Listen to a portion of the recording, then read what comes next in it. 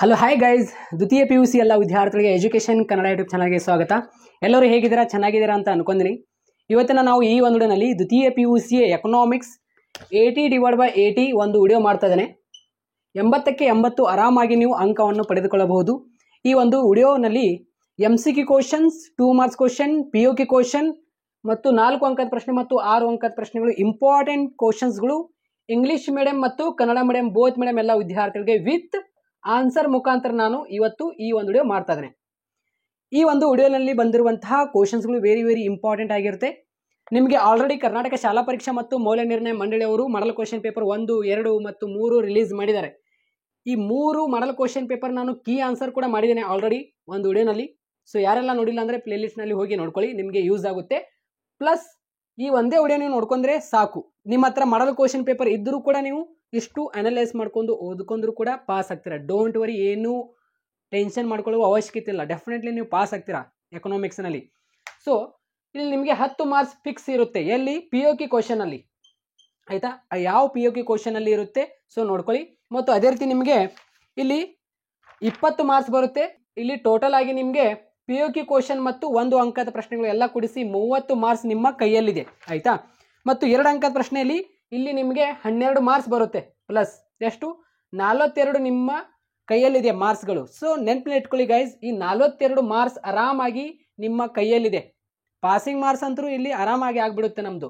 ಇವಾಗ 4 ಮಾರ್ಕ್ಸ್ ಮತ್ತು 6 ಮಾರ್ಕ್ಸ್ನಲ್ಲಿ ನಾವು ಸ್ವಲ್ಪ ಎಫೆಕ್ಟ್ ಆಗಿ ಅಭ್ಯಾಸ ಮಾಡಿದರೆ ಸಾಕು, ಮತ್ತೇನಿಲ್ಲ ಇದರೊಳಗೆ. ಸೊ ಇಲ್ಲಿ ನೋಡಿ, ನೀವು 4 ಅಂಕದ ಪ್ರಶ್ನೆಯಲ್ಲಿ ಯಾವುದಾದ್ರೂ 5ಕ್ಕೆ ಉತ್ತರಿಸಬೇಕಾಗುತ್ತೆ. ಆಯ್ತಾ? ಮತ್ತು ಅದೇ ರೀತಿ 6 ಅಂಕದ ಪ್ರಶ್ನೆಯಲ್ಲಿ ನೀವು ಯಾವುದಾದ್ರೂ 3ಕ್ಕೆ ಉತ್ತರಿಸಬೇಕಾಗುತ್ತೆ. ಆ 5 ಯಾವುದು ಇಂಪಾರ್ಟೆಂಟ್ ಮತ್ತು 3 ಯಾವುದು ಇಂಪಾರ್ಟೆಂಟ್ ಇಲ್ಲಿ ನಾನು ಡಿಸ್ಕಷನ್ ಮಾಡಿದ್ದೇನೆ. ಸೊ ಎಲ್ಲ ವಿದ್ಯಾರ್ಥಿಗಳು ಸೊ ಈ ಒಂದು ವಿಡಿಯೋ ಪೂರ್ತಿ ಕೊನೆವರೆಗೆ ನೋಡಿ. ಇದುವರೆಗೆ ನಮ್ಮ ಎಜುಕೇಷನ್ ಕನ್ನಡ ಯೂಟ್ಯೂಬ್ ಚಾನಲ್ಗೆ ಯಾರು ಸಬ್ಸ್ಕ್ರೈಬ್ ಆಗಿಲ್ಲ ಅಂದರೆ ಚಾನಲ್ಗೆ ಸಬ್ಸ್ಕ್ರೈಬ್ ಆಗಿರಿ, ಹಾಗೆ ಬೆಲ್ ಮೇಲೆ ಕ್ಲಿಕ್ ಮಾಡಿ. ಪ್ರತಿಯೊಂದು ವಿಡಿಯೋ ನಿಮಗೆ ತಪ್ಪದೇ ಬರುತ್ತೆ. ಸೊ ನೆನಪಿನಲ್ಲಿ ಇಟ್ಕೊಳ್ಳಿ, ಇಲ್ಲಿ POQ ಕ್ವಶನ್ ನಿಮಗೆ ಯಾವುದು? ಕಾಣ್ಯದ ಉತ್ಪನ್ನಗಳನ್ನು ಕಂಡು ಹಿಡಿಯಿರಿ ಅಂತ ಪ್ರಶ್ನೆ ಇದೆ, ಗೊತ್ತಾ? ಮಿಸ್ಸಿಂಗ್ ದ ಪ್ರೊಡಕ್ಷನ್, ಆ ಒಂದು ಪ್ರಶ್ನೆ ವೆರಿ ಇಂಪಾರ್ಟೆಂಟ್ ಆಗಿರುತ್ತೆ.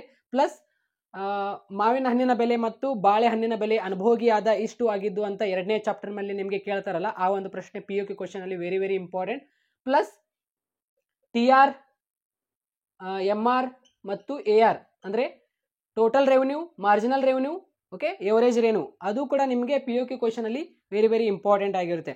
ಮತ್ತು ಅದೇ ರೀತಿ ಕಾಣೆಯಾದ ಉತ್ಪನ್ನಗಳಂತೂ ಅದು ಇಂಪಾರ್ಟೆಂಟ್ ಆಗಿರುತ್ತೆ ನಿಮಗೆ. ಅದೇ ರೀತಿ ಅನಾನೀಕರಣ ಮತ್ತು ಅಮಾನೀಕರಣ ನೋಟುಗಳ ರದ್ದತಿಯ ಬಗ್ಗೆ ಆ ಒಂದು ಪ್ರಶ್ನೆ, ಅದು ಕೂಡ POQ ಕ್ವಶನ್ ಅಲ್ಲಿ. ಬಟ್ ನೀವು ಹೆಚ್ಚಾಗಿ ಏನಿದಿಲ್ಲ, POQ ಕ್ವಶನ್ TR ಮತ್ತು MR, ಮಾವಿನ ಹಣ್ಣಿನ ಬೆಲೆ ಮತ್ತು ಬಾಳೆಹಣ್ಣಿನ ಬೆಲೆ, ಆ ಒಂದು ಪ್ರಶ್ನೆ. ಮತ್ತು ಇನ್ನೊಂದು ಯಾವುದು ಪ್ರಶ್ನೆ ಗೊತ್ತಾ? ಇದು 5 ದೇಶಗಳು ಕೊಟ್ಟಿರ್ತಾರೆ, ಅವುಗಳ ಕರೆನ್ಸಿಗಳನ್ನು ಬರೀಬೇಕು. ಇಷ್ಟು ನೋಡ್ಕೊಂಡು ಬಿಟ್ರೆ ಸಾಕು. ಇಲ್ಲಿ ನಿಮಗೆ ಏನಿದಿಲ್ಲ 10 ಮಾರ್ಕ್ಸ್ ಬರುತ್ತೆ. ಆಯ್ತಾ? ಇಲ್ಲಿ ನಾನು ಏನು MCQ ಕ್ವಶನ್ 2 ಮಾರ್ಕ್ಸ್ ಕ್ವಶನ್ ಏನು ಡಿಸ್ಕಷನ್ ಮಾಡಿದ್ದೀನಲ್ಲ, ಇಲ್ಲಿ ನಿಮಗೆ ಡೆಫಿನೆಟ್ಲಿ ಹೇಳ್ತಾ ಇದ್ದೇನೆ 32 ಮಾರ್ಕ್ಸ್ ಬರುತ್ತೆ ಸ್ನೇಹಿತರೆ. 20 ಮಾರ್ಕ್ಸ್ ನಿಮಗೆ 1 ಅಂಕದ ಪ್ರಶ್ನೆಯಲ್ಲಿ, ಆಯ್ತಾ? 12 ಮಾರ್ಕ್ಸ್ ನಿಮಗೆ ಎಲ್ಲಿ ಬರುತ್ತೆ? ಆ 2 ಅಂಕದ ಪ್ರಶ್ನೆಯಲ್ಲಿ ಬರುತ್ತೆ. ಆಯ್ತಾ? ಇಲ್ಲಿ ನೀವು 32 ಆರಾಮಾಗಿ ಮಾರ್ಕ್ಸ್ಗಳನ್ನು ಪಡೆದುಕೊಳ್ಳಬಹುದು. ಆಯ್ತಾ? ಸೊ MCQ ಕ್ವಶನ್ ಎಲ್ಲವೂ ಕೂಡಿಸಿ 20 ಮಾರ್ಕ್ಸ್ ಬರುತ್ತೆ ನಿಮಗೆ. ಆಯ್ತಾ? MCQ question 5, filling in the blanks 5, match the following question 5, ಸಾಮಾನ್ಯ 1 ಅಂಕದ ಪ್ರಶ್ನೆ 5, ಇಲ್ಲಿ 20 ಮಾರ್ಕ್ಸ್ ಬಂತು. ಆಯ್ತಾ? ಇಲ್ಲಿ 12 ಮಾರ್ಕ್ಸ್ ನಿಮಗೆ ಏನಿದಿಲ್ಲ 2 ಮಾರ್ಕ್ಸ್ನಲ್ಲಿ ಬರುತ್ತೆ. ಸೊ ಇಲ್ಲಿ ಹೇಳಿದ್ದೇನೆ ಸ್ನೇಹಿತರೆ, ಯಾವುದು ಬರುತ್ತೆ ಯಾವುದಿಲ್ಲ ಅಂತ ಇಂಪಾರ್ಟೆಂಟ್ ಕ್ವಶನ್ಸ್ಗಳು ನಾನು ಇಲ್ಲಿ ನಿಮಗೆ ಎಕ್ಸ್ಪ್ಲೇಷನ್ ಮಾಡಿದ್ದೇನೆ ವಿತ್ ಆನ್ಸರ್ ಮುಖಾಂತರ. ಇದಷ್ಟೇ ನೋಡ್ಕೊಂಡು ಹೋದರೆ ಸಾಕು ಆನ್ಯುವಲ್ ಎಕ್ಸಾಮ್ನಲ್ಲಿ. ಸೊ ಸಾಕು, ಡೆಫಿನೆಟ್ಲಿ ಎಲ್ಲ ವಿದ್ಯಾರ್ಥಿಗಳು ಪಾಸ್ ಆಗ್ತೀರಾ. ಯಾರಿಗೆಲ್ಲ ಭಯ ಆಗ್ತದೆ, ಪ್ರೈವೇಟ್ ಹಾಗೂ ರಿಪೇರ್ಸ್ ಎಲ್ಲ ವಿದ್ಯಾರ್ಥಿಗಳು ಇದಿರಲ್ಲ ಮತ್ತು ಫ್ರೆಷರ್ಸ್ ಎಲ್ಲ ವಿದ್ಯಾರ್ಥಿಗಳು ಕೂಡ ಈ ಒಂದು ವಿಡಿಯೋ ನೋಡ್ಕೊಳ್ಳಿ. ಇಲ್ಲಿ ಹೇಳಿರುವಂಥ ಪ್ರಶ್ನೆಗಳು ಡೆಫಿನೆಟ್ಲಿ ವಾರ್ಷಿಕ ಪರೀಕ್ಷೆಯಲ್ಲಿ ನಿಮಗೆ ಯೂಸ್ ಆಗುತ್ತೆ. ಮಾರ್ಚ್ ನಲ್ಲಿ ಎಕ್ಸಾಮ್ ನಡೆಸಲಾಗುವುದು. ಆಲ್ರೆಡಿ ನಿಮಗೆ ತಾತ್ಕಾಲಿಕ ಟೈಮ್ ಟೇಬಲ್ ಪ್ರಕಟಣೆ ಮಾಡಿದ್ದಾರೆ. ಮಾರ್ಚ್ 1ರಿಂದ ಮಾರ್ಚ್ 19 ದ್ವಿತೀಯ PUC ಆನ್ಯುವಲ್ ಎಕ್ಸಾಮ್ ನಡೆಸಲಾಗುವುದು ಅಂತ ಹೇಳಿದ್ದಾರೆ. ಆಯ್ತಾ? ಅದರೊಳಗೆ ಮತ್ತೆ ಏನಾದರೂ ಬದಲಾವಣೆ ಆಗಬಹುದು, ಬಟ್ ವೇಟ್ ಮಾಡಿ. ಮತ್ತು ಎಕ್ಸಾಮ್ ಸಮೀಪ ಬಂದಾಗೂ ಕೂಡ ನಿಮಗೆ ನಾನು ರಿವಿಷನ್ ಮಾಡಿಸ್ತೀನಿ, ಯಾವ ಕ್ವಶನ್ ಬರುತ್ತೆ ಪರ್ಟಿಕ್ಯುಲರ್ ಆಗಿ ನಾವು ಡಿಸ್ಕಷನ್ ಮಾಡೋಣ. ಸೊ ಇವಾಗ ಎಲ್ಲ ಇಂಪಾರ್ಟೆಂಟ್ ಕ್ವಶನ್ಸ್ಗಳಾಗಿರುತ್ತೆ, ಓದ್ಕೊಂಡು ಹೋಗ್ರಿ. ಇವನ್ ನಿಮ್ಮ ಕಾಲೇಜಿನಲ್ಲಿ ಏನು ಇವಾಗ ಪೂರ್ವ ಸಿದ್ಧತಾ ಪರೀಕ್ಷೆ ನಡೆಸ್ತಾರೆ ಜನವರಿನಲ್ಲಿ, ಪ್ರಿಪೇರ್ಟರಿ ಎಕ್ಸಾಮ್. ಆ ಪ್ರಿಪೇರ್ಟರಿ ಎಕ್ಸಾಮ್ನಲ್ಲಿ ಕೂಡ ನಿಮಗೆ ಈ ಪ್ರಶ್ನೆಗಳು ಹೆಲ್ಪ್ ಆಗುತ್ತೆ. ಬನ್ನಿ ಈ ವಿಡಿಯೋನ ಪ್ರಾರಂಭ ಮಾಡೋಣ. ಸೊ ಈ ಒಂದು PDF ಕೂಡ ನಾನು ಟೆಲಿಗ್ರಾಮ್ನಲ್ಲಿ ಹಾಕಿರ್ತೀನಿ. ಆಯ್ತಾ? ಈ ಒಂದು 80/80 ಏನು PDF ಇದೆಯಲ್ಲ, ಆಲ್ರೆಡಿ ಕನ್ನಡ ಇಂಗ್ಲೀಷ್ ಹಾಕಿದ್ದೇನೆ ಟೆಲಿಗ್ರಾಮ್ನಲ್ಲಿ.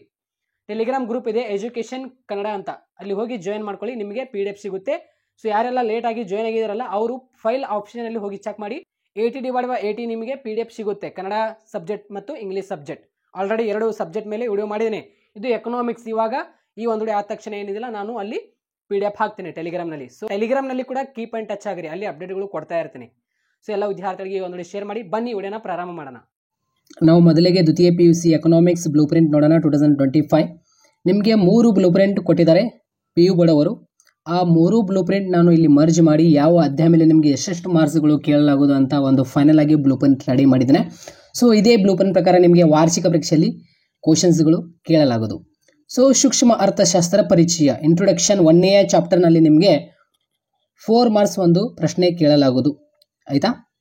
ಸೊ ಅದೇ ರೀತಿ 2ನೇ ಚಾಪ್ಟರ್ ಅನುಭೋಗಿ ವರ್ತನೆ ಸಿದ್ಧಾಂತ, okay, the theory of consumer behaviour. ಈ ಒಂದು ಅಧ್ಯಾಯ ಮೇಲೆ ನಿಮಗೆ ಒಂದು 4 ಮಾರ್ಕ್ಸ್ ಮತ್ತು 6 ಮಾರ್ಕ್ಸ್ ಮತ್ತು 2 ಮಾರ್ಕ್ಸ್ 2 ಕೇಳ್ತಾರೆ ಇಲ್ಲಿ, ಆಯಿತಾ. ಮತ್ತು ಒಂದು POK ಕ್ವಶನ್ ಕೂಡ ಈ ಒಂದು ಅಧ್ಯಾಯ ಮೇಲೆ, ಅಂದರೆ ಬನಾನಾಸ್ ಮತ್ತು ಮ್ಯಾಂಗೋಸ್ ಅಂತ ಇದೆಯಲ್ಲ, ಬಾಳೆಹಣ್ಣಿನ ಬೆಲೆ, ಮಾವಿನ ಹಣ್ಣಿನ ಬೆಲೆ, ಆಯಿತಾ, ಆ ಒಂದು ಪ್ರಶ್ನೆ. ಸೊ ಇಲ್ಲಿ ನಿಮಗೆ ಆ ಒಂದು ಪ್ರಶ್ನೆ POK ಕ್ವಶನಲ್ಲಿ ಆಪ್ಷನ್ ಇಟ್ಕೊಳ್ಳಿ, ಆಯಿತಾ. ನಿಮಗೆ ಹೆಚ್ಚಾಗಿ ಯಾವುದು ಒಂದು POK ಕ್ವಶನ್ಸ್ ಕೇಳಲಾಗುವುದು ಆ್ಯನ್ಯುವಲ್ ಎಕ್ಸಾಮ್ನಲ್ಲಿ ನೋಡೋಣ ಇಲ್ಲಿ ನಾವು. ಅದೇ ರೀತಿ ಉತ್ಪಾದನೆ ಮತ್ತು ವೆಚ್ಚಗಳು, ಆಯಿತಾ, ಪ್ರೊಡಕ್ಷನ್ ಆ್ಯಂಡ್ ಕಾಸ್ಟ್ 3ನೇ ಚಾಪ್ಟರ್ ಮೇಲೆ ನಿಮಗೆ ಒಂದು 2 ಅಂಕದ ಒಂದು ಪ್ರಶ್ನೆ ಮತ್ತು 4 ಅಂಕದ ಒಂದು ಪ್ರಶ್ನೆ ಮತ್ತು 6 ಅಂಕದ ಒಂದು ಪ್ರಶ್ನೆ ಕೇಳಲಾಗುವುದು, ಆಯಿತಾ. ಒಂದು POK ಕ್ವಶನ್ ಯಾವುದು, ಮಿಸ್ಸಿಂಗ್ ದ ಪ್ರೊಡಕ್ಷನ್, ಅಂದರೆ ಕಾಣೆಯಾದ ಉತ್ಪನ್ನಗಳನ್ನು ಕಂಡುಹಿಡಿಯಿರಿ ಅಂತ ಪ್ರಶ್ನೆ ಇದೆಯಲ್ಲ, ಆ ಒಂದು ಪ್ರಶ್ನೆ ಆಗಿರೋದು. ನಾನು ನಿಮಗೆ ಇಲ್ಲಿ ಎಲ್ಲ ಪ್ರಶ್ನೆಗಳು ವಿತ್ ಆನ್ಸರ್ ಮುಖಾಂತರ ಡಿಸ್ಕಷನ್ ಮಾಡ್ತೇನೆ, ಇಂಪಾರ್ಟೆಂಟ್ ಕ್ವಶನ್ಸ್ಗಳು, ಆಯಿತಾ. ಅದೇ ರೀತಿ ಪರಿಪೂರ್ಣ ಪೈಪೋಟಿಯಲ್ಲಿ ಉದ್ಯಮ ಘಟಕದ ಸಿದ್ಧಾಂತ, ಆಯಿತಾ. ಈ ಒಂದು ಚಾಪ್ಟರ್ನಲ್ಲಿ ನಿಮಗೆ 2 ಮಾರ್ಕ್ಸ್ ಮತ್ತು 4 ಮಾರ್ಕ್ಸ್ ಕೇಳಲಾಗುವುದು ಒಂದು POK ಕ್ವಶನ್, ಆಯಿತಾ. ಅದೇ ರೀತಿ ಮಾರುಕಟ್ಟೆಯ ಸಮತೋಲನ, ಈ ಒಂದು ಅಧ್ಯಾಯದಲ್ಲಿ ನಿಮಗೆ 2 ಅಂಕದ ಪ್ರಶ್ನೆ ಮತ್ತು 6 ಅಂಕದ ಒಂದು ಪ್ರಶ್ನೆ ಇದೆ. ಸೊ ಇಲ್ಲಿ ನನ್ನ ಸಜೆಷನ್ ಏನಂದರೆ, ನೀವು 2ನೇ ಅಧ್ಯಾಯ ಯಾವುದು, ಅನುಭೋಗಿ ವರ್ತನೆ ಸಿದ್ಧಾಂತ ಮತ್ತು ಉತ್ಪಾದನೆ ಮತ್ತು ವೆಚ್ಚಗಳು, ಅದೇ ರೀತಿ ಪರಿಪೂರ್ಣ ಪೈಪೋಟಿ, ಮಾರುಕಟ್ಟೆಯಲ್ಲಿ ಉದ್ಯಮ ಘಟಕದ ಸಿದ್ಧಾಂತ, ಈ 3 ಚಾಪ್ಟರ್ ಓದ್ಕೊಳ್ರಿ. ಪ್ಲಸ್ ಇದು ಒಂದು ಚಾಪ್ಟರ್ ನೀವು ಓದ್ಕೋಬಹುದು, ಯಾವುದು, ಸೂಕ್ಷ್ಮ ಅರ್ಥಶಾಸ್ತ್ರ ಪರಿಚಯದಲ್ಲಿ 1ನೇ ಅಧ್ಯಾಯ ಇದೆಯಲ್ಲ, ಇಂಟ್ರೊಡಕ್ಷನ್, ಅದೇ ಸೂಕ್ಷ್ಮ ಅರ್ಥಶಾಸ್ತ್ರ ಪರಿಚಯ 1ನೇ ಅಧ್ಯಾಯ, ಆಯಿತಾ. ಅದೇ ರೀತಿ ಇಲ್ಲಿ 6ನೇ ಅಧ್ಯಾಯ ನಿಮಗೆ ಡಿಲೀಟ್ ಮಾಡಲಾಗಿದೆ. ಸೊ ಅದೇ ರೀತಿ ಪಾರ್ಟ್ 2 ನಲ್ಲಿನ 1ನೇ ಅಧ್ಯಾಯ ಯಾವುದು, ಸಮಗ್ರ ಅರ್ಥಶಾಸ್ತ್ರ ಪರಿಚಯ ಅಧ್ಯಾಯದಲ್ಲಿ ನಿಮಗೆ ಒಂದು 4 ಮಾರ್ಕ್ಸ್ ಕ್ವಶನ್ ಕೇಳಲಾಗುವುದು. ಅದೇ ರೀತಿ ಇನ್ಕಮ್ ಆ್ಯಂಡ್ ಅಕೌಂಟಿಂಗ್ ಅಂತ ಚಾಪ್ಟರ್ ಇದೆಯಲ್ಲ, ಆಯಿತಾ, ಅಂದರೆ ನ್ಯಾಷನಲ್ ಇನ್ಕಮ್ ಆ್ಯಂಡ್ ಅಕೌಂಟಿಂಗ್, ಅಂದರೆ ರಾಷ್ಟ್ರೀಯ ವರಮಾನ ಲೆಕ್ಕಾಚಾರ ಅಧ್ಯಾಯ ಮೇಲೆ ನಿಮಗೆ ಸೇಮ್. ಸೊ ಇಲ್ಲಿ 4 ಅಂಕದ ಒಂದು ಪ್ರಶ್ನೆ, 6 ಅಂಕದ ಒಂದು ಪ್ರಶ್ನೆ ಮತ್ತು 2 ಅಂಕದ ಪ್ರಶ್ನೆ, ಇಲ್ಲಿ 2 ಒಂದು POK ಕ್ವಶನ್, ಆಯಿತಾ. ಅದೇ ರೀತಿ ಮನಿ ಆ್ಯಂಡ್ ಬ್ಯಾಂಕಿಂಗ್ ಅಂತ ಚಾಪ್ಟರ್ ಯಾವುದು, 3ನೇ ಚಾಪ್ಟರ್, ಸಮಗ್ರ ಅರ್ಥಶಾಸ್ತ್ರದಲ್ಲಿನ 3ನೇ ಚಾಪ್ಟರ್, ಪಾರ್ಟ್ 2 ನಲ್ಲಿನ 3ನೇ ಚಾಪ್ಟರ್ ಯಾವುದು, ಹಣ ಮತ್ತು ಬ್ಯಾಂಕಿಂಗ್. ಈ ಒಂದು ಅಧ್ಯಾಯದಲ್ಲಿ ನಿಮಗೆ 4 ಮಾರ್ಕ್ಸ್ ಮತ್ತು 2 ಮಾರ್ಕ್ಸ್ ಮತ್ತು 6 ಮಾರ್ಕ್ಸ್ ಒಂದು POK ಕ್ವಶನ್, ಆಯಿತಾ. ಅದೇ ರೀತಿ ಆದಾಯ ಮತ್ತು ಉದ್ಯೋಗದ ನಿರ್ಧಾರ, ಈ ಒಂದು ಅಧ್ಯಾಯದಲ್ಲಿ ನಿಮಗೆ 2 ಮಾರ್ಕ್ಸ್ ಮತ್ತು 4 ಮಾರ್ಕ್ಸ್ ಕೇಳಲಾಗುವುದು. ಇಲ್ಲಿ ಸರ್ಕಾರದ ಮುಂಗಡ ಪತ್ರ ಮತ್ತು ಆರ್ಥಿಕತೆ, ಈ ಒಂದು ಅಧ್ಯಾಯದಲ್ಲಿ ನಿಮಗೆ 4 ಮಾರ್ಕ್ಸ್, 6 ಮಾರ್ಕ್ಸ್, 2 ಮಾರ್ಕ್ಸ್ ಕೇಳಲಾಗುವುದು ಒಂದು POK ಕ್ವಶನ್, ಆಯಿತಾ. ಮುಕ್ತ ಆರ್ಥಿಕತೆಯ ಸಮಗ್ರ ಅರ್ಥಶಾಸ್ತ್ರ, ಈ ಒಂದು ಅಧ್ಯಾಯದಲ್ಲಿ ನಿಮಗೆ 4 ಮಾರ್ಕ್ಸ್ ಮತ್ತು 6 ಮಾರ್ಕ್ಸ್ ಕ್ವಶನ್ ಕೇಳಲಾಗುವುದು. ಇಲ್ಲಿ ನನ್ನ ಸಜೆಷನ್ ಏನಂದರೆ, ಸೊ 1ನೇ ಅಧ್ಯಾಯ ಓದ್ಕೊಳ್ರಿ, 2ನೇ ಅಧ್ಯಾಯ ಓದ್ಕೊಳ್ರಿ ಮತ್ತು 3ನೇ ಅಧ್ಯಾಯ ಕೂಡ ಓದ್ಕೊಳ್ರಿ, ಆಯಿತಾ. ಪ್ಲಸ್ ಇಲ್ಲಿ 5ನೇ ಅಧ್ಯಾಯ ಓದ್ಕೊಳ್ರಿ, ಆಯಿತಾ. ಇಲ್ಲಿ 6ನೇ ಅಧ್ಯಾಯ ನೀವು ಆಪ್ಷನ್ ಇಟ್ಕೋಬಹುದು.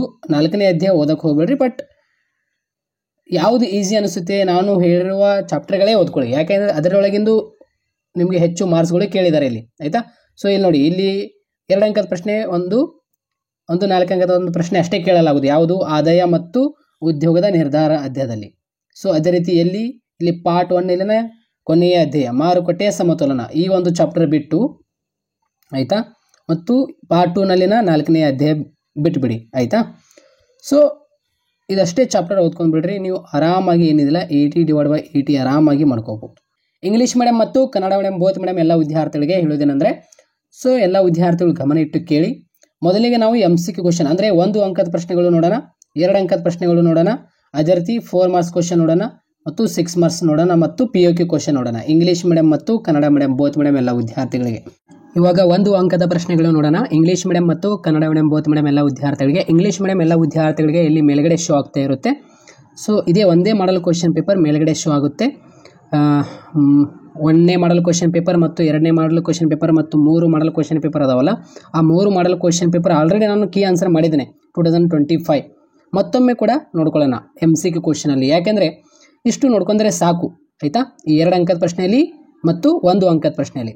ಸೊ 2 ಅಂಕದ ಪ್ರಶ್ನೆಯಲ್ಲಿ ನಾನು ಇಲ್ಲಿ ಚಾಪ್ಟರ್ ವೈಸ್ ನಾನು ನಿಮಗೆ ಕೊಡ್ತೀನಿ, ಯಾವುದು ಕೇಳ್ತಾರೆ ಅದೇ ಪ್ರಶ್ನೆ ಇಂಪಾರ್ಟೆಂಟ್ ಆಗಿರುತ್ತೆ, ನೀವು ಓದ್ಕೊಂಡು ಹೋಗ್ರಿ ಆಯಿತಾ. ಇಂಗ್ಲೀಷ್ ಮೀಡಿಯಂ ಮತ್ತು ಕನ್ನಡ ಮೀಡಿಯಂ ಬೋತ್ ಮೀಡಿಯಂ ಎಲ್ಲ ವಿದ್ಯಾರ್ಥಿಗಳಿಗೆ. ಸೊ ಇಲ್ಲಿ ನೋಡಿ, ಈ ಕೆಳಗಿನವುಗಳಲ್ಲಿ ಯಾವುದು ಸೂಕ್ಷ್ಮ ಅರ್ಥಶಾಸ್ತ್ರದ ಉದಾಹರಣೆಯಾಗಿದೆ ಅಂತ ಇಲ್ಲಿ ಪ್ರಶ್ನೆ ಕೇಳಿದ್ದಾರೆ. ಸೊ ಇದಕ್ಕೆ ಆನ್ಸರ್ ಆಗಿರುತ್ತೆ ಅನುಭೋಗಿಯ ವರ್ತನೆ ಆಯಿತಾ. ಸೊ ಇಂಗ್ಲೀಷ್ ಮೀಡಿಯಂ ಎಲ್ಲ ವಿದ್ಯಾರ್ಥಿಗಳಿಗೆ ಇಲ್ಲಿ ಮೇಲ್ಗಡೆ ಸಬ್ ಟೈಟಲ್ಸ್ ಬರ್ತಾ ಇದೆ. ಸೊ ನೆಕ್ಸ್ಟ್ ಕ್ವಶನ್, ಒಂದು ಘಟಕದ ಹೆಚ್ಚುವರಿ ಉತ್ಪಾದನೆಯಿಂದ ಒಟ್ಟು ಆದಾಯದಲ್ಲಾಗುವ ಹೆಚ್ಚಳ, ಇದಕ್ಕೆ ಆನ್ಸರ್ ಸೀಮಾಂತ ಆದಾಯ ಆಗಿರುತ್ತೆ ಆನ್ಸರ್. ಸರ್ಕಾರವು ಸರಕು ಮತ್ತು ಸೇವೆಗಳ ಬೆಲೆಯ ಕನಿಷ್ಠ ಮಿತಿಯನ್ನು ವಿಧಿಸುವುದನ್ನು ಹೇಗೆನ್ನುತ್ತೇವೆ, ಇದಕ್ಕೆ ಆನ್ಸರ್ ಬೆಲೆ ಅಂತಸ್ತು. Question number next, NNP = GNP minus, ಇದಕ್ಕೆ ಸವಕಳಿ ಆನ್ಸರ್ ಆಗಿರುತ್ತೆ ಆಯಿತಾ. ಅದೇ ರೀತಿ ಆದಾಯದಿಂದ ಸ್ವತಂತ್ರವಾದ ಅನುಭೋಗವು, ಇದಕ್ಕೆ ಆನ್ಸರ್ ಆಗಿರುತ್ತೆ ಸಾಯತ ಅನುಭೋಗ. ಅದೇ ರೀತಿ ಇಲ್ಲಿ ಖಾಲಿ ಬಿಟ್ಟ ಸ್ಥಳ ನೋಡಿ, ಇವಾಗ ಸಂಪನ್ಮೂಲಗಳ ಕೊರತೆಯು ಡ್ಯಾಶ್ ಸಮಸ್ಯೆಯನ್ನು ಹುಟ್ಟು ಹಾಕುತ್ತದೆ, ಇದಕ್ಕೆ ಆನ್ಸರ್ ಆಯ್ಕೆಯ ಸಮಸ್ಯೆ ಹುಟ್ಟು ಹಾಕುತ್ತದೆ. ಇಲ್ಲಿ ನೋಡಿ ಆಯ್ಕೆ ಅಂತ ಆಪ್ಷನ್ಗಳು ಕೊಟ್ಟಿರ್ತಾರೆ ನಿಮಗೆ ಮೇಲ್ಗಡೆ, ಆಯ್ಕೆಯ ಸಮಸ್ಯೆ ಹುಟ್ಟು ಹಾಕುತ್ತದೆ. ಬೆಲೆ ಪಡೆಯುವ ವರ್ತನೆಯು ಡ್ಯಾಶ್ ಮಾರುಕಟ್ಟೆಯ ಒಂದು ವಿಭಿನ್ನ ಲಕ್ಷಣವಾಗಿದೆ, ಏನು ಪರಿಪೂರ್ಣ ಪೈಪೋಟಿ ವಿಭಿನ್ನ ಒಂದು ಮಾರುಕಟ್ಟೆಯ ಲಕ್ಷಣವಾಗಿದೆ ಆಯಿತಾ. ಅದೇ ರೀತಿ 8ನೇ ಖಾಲಿ ಬಿಟ್ಟ ಸ್ಥಳ ಏನು ಕೇಳಿದ್ದಾರೆ, ಸ್ವದೇಶವು ಜಗತ್ತಿನ ಇತರೆ ರಾಷ್ಟ್ರಗಳಿಗೆ ಸರಕುಗಳನ್ನು ಮಾರುವುದನ್ನು ಡ್ಯಾಶ್ ಎಂದು ಕರೆಯುತ್ತೇವೆ, ರಫ್ತು ಅಂತ ಇಲ್ಲಿ ಆಪ್ಷನ್ ಇದೆ ನೋಡಿ, ರಫ್ತು ಅಂತ ನಾವು ಕರೆಯುತ್ತೇವೆ. ಭಾರತದಲ್ಲಿ ಕರೆನ್ಸಿಗಳನ್ನು ನೋಡಿ, ನೋಟುಗಳನ್ನು ಚಲಾವಣೆಗೆ ತರುವ ಏಕಮಾತ್ರ ಸಂಸ್ಥೆ ಎಂದರೆ, ಸೊ ಇದಕ್ಕೆ ಆನ್ಸರ್ ಆಗಿರುತ್ತೆ ಸ್ನೇಹಿತರೆ RBI, ಇಲ್ಲಿ ಆಪ್ಷನ್ ಇದೆ ನೋಡಿ RBI ಅಂತ ಆಯಿತಾ. ಅದೇ ರೀತಿ ನೆಕ್ಸ್ಟ್ ಕ್ವಶನ್, ಭಾರತದಲ್ಲಿ ಹಣಕಾಸಿನ ವರ್ಷವು ಡ್ಯಾಶ್ ಇಂದ ಡ್ಯಾಶ್ ವರೆಗೆ ಇರುತ್ತದೆ, ಸೊ ಇದಕ್ಕೆ ಆನ್ಸರ್ ಆಗಿರುತ್ತೆ ಸ್ನೇಹಿತರೆ ಫೈನಾನ್ಷಿಯಲ್ ಇಯರ್ ಆಗಿರುತ್ತೆ ಇದು ನೋಡಿ, 1 ಏಪ್ರಿಲ್ 31 ಮಾರ್ಚ್ ಆಯಿತಾ. ಇಲ್ಲಿ ಆನ್ಸರ್ ಇದೆ, ಹೊಂದಿಸಿ ಬರೀರಿ. ಮ್ಯಾಚ್ ದ ಫಾಲೋಯಿಂಗ್ ಕ್ವಶನ್ ನೋಡಿ, SMC ಇದಕ್ಕೆ ಆನ್ಸರ್ ಆಗಿರುತ್ತೆ ಇಲ್ಲಿ ನೋಡಿ, SMC ಅಂದ ತಕ್ಷಣ ಇಲ್ಲಿ ಆಪ್ಷನ್ C ಇದೆ ನೋಡಿ, TC/Q ಆಯಿತಾ. ಸಾಮಾನ್ಯ ಲಾಭ ಇದಕ್ಕೆ ಆನ್ಸರ್ ಆಗಿರುತ್ತೆ ಶೂನ್ಯ ಲಾಭ. ಗೃಹ ಕೃತ್ಯ ಇದಕ್ಕೆ ಆನ್ಸರ್ ಆಗಿರುತ್ತೆ ಹಣರಹಿತ ವಿನಿಮಯ, ಹಣ ಅಂದ ತಕ್ಷಣ ವಿನಿಮಯ ಮಾಧ್ಯಮ ಆಯಿತಾ. ಸಂದಾಯ ಬಾಕಿ ಅಂದ ತಕ್ಷಣ ಸರಕು ಮತ್ತು ಸೇವೆಗಳ ವ್ಯಾಪಾರ. ಅದೇ ರೀತಿ ಇಲ್ಲಿ ಸಾಮಾನ್ಯ 1 ಅಂಕದ ಪ್ರಶ್ನೆಗಳು ನೋಡಿ, ಇಂಗ್ಲೀಷ್ ಮೀಡಿಯಂ ಮತ್ತು ಕನ್ನಡ ಮೀಡಿಯಂ ಬೋತ್ ಮೀಡಿಯಂ ಎಲ್ಲ ವಿದ್ಯಾರ್ಥಿಗಳಿಗೆ. MRS ಅನ್ನು ವಿಸ್ತರಿಸಿ ಅಂತ ಅಂದಿದ್ದಾರೆ, marginal rate of substitution answer ಆಗಿರುತ್ತೆ. ಈ ಪ್ರಶ್ನೆಗಳಿಗೆ ಮೇಲ್ಗಡೆ ಆನ್ಸರ್ ಬರ್ತಾ ಇದೆ. ಮಾರುಕಟ್ಟೆ ಸಮತೋಲನವನ್ನು ವ್ಯಾಖ್ಯಾನಿಸಿ, ಇದಕ್ಕೆ ಆನ್ಸರ್ ಮೇಲ್ಗಡೆ ಇದೆ. ನಿವ್ವಳ ಮೌಲ್ಯವರ್ಧನೆಯನ್ನು ಹೇಗೆ ಪಡೆಯುವರಿ, ಇದಕ್ಕೆ ಆನ್ಸರ್ ಮೇಲ್ಗಡೆ ಇದೆ. ಸೀಮಾಂತ ಅನುಭೋಗ ಪ್ರವೃತ್ತಿ SMC ಸೂತ್ರ ಬರೆಯಿರಿ ಅಂದ ತಕ್ಷಣ ಇದಕ್ಕೆ ಆನ್ಸರ್ ಆಗಿರುತ್ತೆ. ಅದೇ ರೀತಿ ಫುಕಟೆ ಸವಾರರೆ ಅಂದರೆ ಯಾರು, ಇದಕ್ಕೆ ಆನ್ಸರ್ ಮೇಲ್ಗಡೆ ಇದೆ. ಸೊ ಬೇರೆ ಪ್ರಶ್ನೆ ನೋಡೋಣ. 2ನೇ ಮಾದರಿ ಪ್ರಶ್ನೆ ಪತ್ರಿಕೆ ಇಂಗ್ಲೀಷ್ ಮೀಡಿಯಂ ಮತ್ತು ಕನ್ನಡ ಮೀಡಿಯಂ ಬೋತ್ ಮೀಡಿಯಂ ಎಲ್ಲ ವಿದ್ಯಾರ್ಥಿಗಳಿಗೆ. ಸೊ ಆಲ್ರೆಡಿ ಇದು ನಾನು ಕೀ ಆನ್ಸರ್ ಮಾಡಿದ್ದೇನೆ. 1ನೇ ಮಾಡಲ್ ಕ್ವಶನ್ ಪೇಪರ್, 2ನೇ ಮಾಡಲ್ ಕ್ವಶನ್ ಪೇಪರ್, 3ನೇ ಮಾಡಲ್ ಕ್ವಶನ್ ಪೇಪರ್. ನಾನು ಮತ್ತೊಮ್ಮೆ ಯಾಕೆ ಈ ಒಂದು ವಿಡಿಯೋನಲ್ಲಿ ಹೇಳ್ತಾ ಇದ್ದೇನೆ ಅಂದರೆ, ಒಂದೇ ವಿಡಿಯೋನಲ್ಲಿ ಹೇಳೋದ್ರಿಂದ ಏನಿದಿಲ್ಲ 80/80 ಒಂದು ವಿಡಿಯೋ ಕ್ಲಿಯರ್ ಆಗಿಬಿಡುತ್ತೆ. ಸೊ ಇದಷ್ಟು ಒಂದೇ ವಿಡಿಯೋ ನೋಡ್ಕೊಂಡು ಹೋದರೆ ಸಾಕು ಆಯಿತಾ, ಆ್ಯನ್ಯುವಲ್ ಎಕ್ಸಾಮ್ ಸಮೀಪ ಬಂದಾಗ.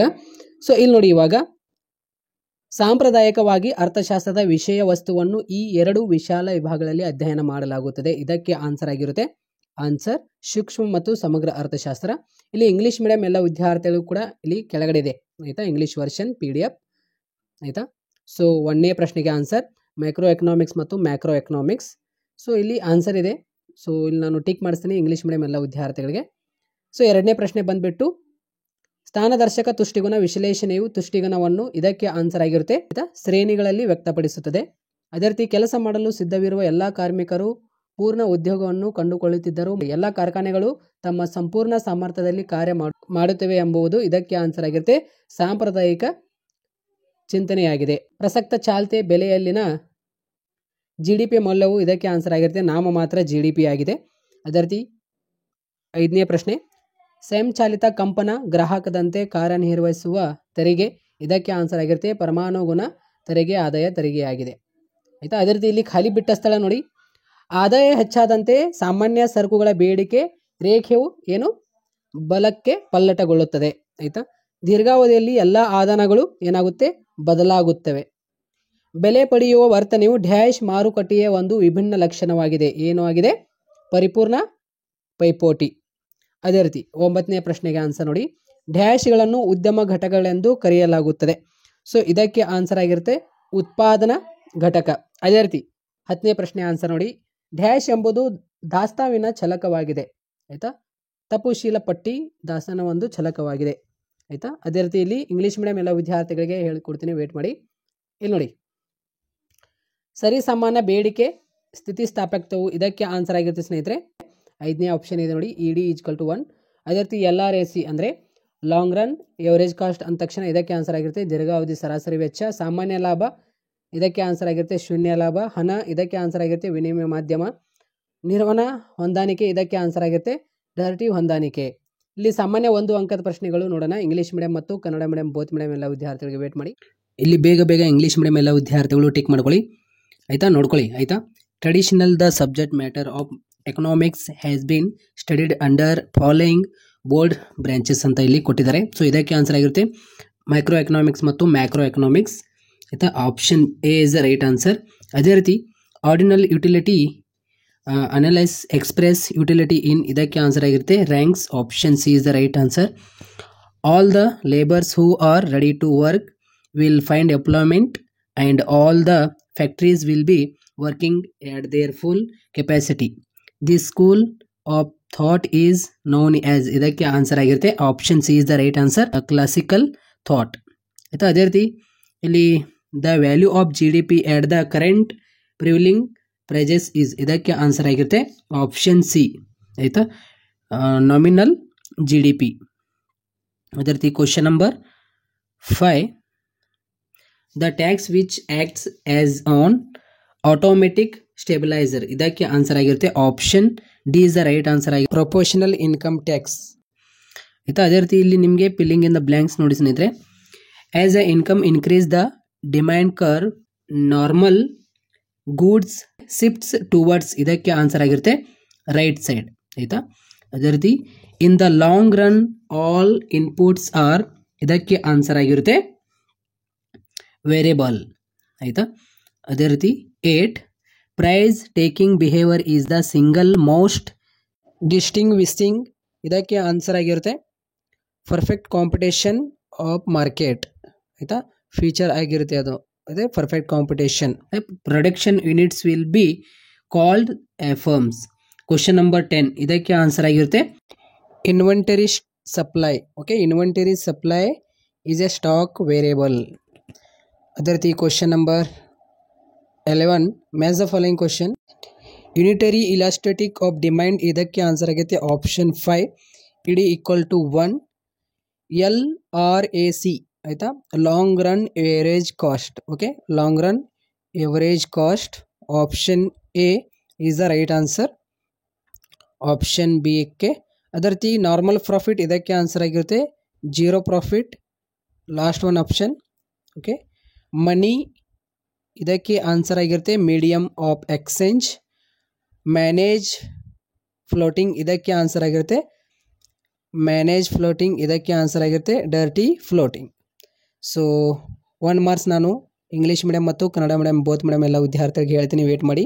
ಈ ಕೆಳಗಿನವುಗಳಲ್ಲಿ ಯಾವುದು ಸೂಕ್ಷ್ಮ ಅರ್ಥಶಾಸ್ತ್ರದ ಉದಾಹರಣೆಯಾಗಿದೆ ಅಂತ ಇಲ್ಲಿ ಪ್ರಶ್ನೆ ಕೇಳಿದ್ದಾರೆ. ಅನುಭೋಗ್ಯ ವರ್ತನೆ. ಸಾಮಾನ್ಯವಾಗಿ ಒಂದು ಔದಾಸೀನ್ಯ ವಕ್ರರೇಖೆಯ ಆಕಾರವು ಏನಾಗಿರುತ್ತೆ ಮೂಲಕ್ಕೆ ಪಿನ್ ಮಧ್ಯಮವಾಗಿರುತ್ತದೆ option A is the right answer. 1936ರಲ್ಲಿ ಬ್ರಿಟಿಷ್ ಅರ್ಥಶಾಸ್ತ್ರಜ್ಞ ಖೇನ್ಸ್ ಅವರು ಪ್ರಕಟಿಸಿದ ಪ್ರಸಿದ್ಧ ಕೃತಿ ಯಾವುದು ಅಂದ ತಕ್ಷಣ ಉದ್ಯೋಗ ಬಡ್ಡಿ ಮತ್ತು ಹಣ ಸಾಮಾನ್ಯ ಸಿದ್ಧಾಂತ. ರಾಷ್ಟ್ರೀಯ ವರಮಾನದಲ್ಲಿ ವಿತರಣೆಯಾಗದ ಲಾಭವನ್ನು ಕಳೆದರೆ ಏನಂತ ಬರುತ್ತೆ ವೈಯಕ್ತಿಕ ಆದಾಯ ಲಭಿಸುತ್ತದೆ. ಆಯಿತಾ, ಅದೇ ರೀತಿ ಹಣದ ಪ್ರಮುಖ ಕಾರ್ಯವು ಇದಕ್ಕೆ ಆನ್ಸರ್ ಆಗಿರುತ್ತೆ ವಿನಿಮಯ ಮಾಧ್ಯಮ. ಇಲ್ಲಿ ಖಾಲಿ ಬಿಟ್ಟ ಸ್ಥಳ ನೋಡಿ.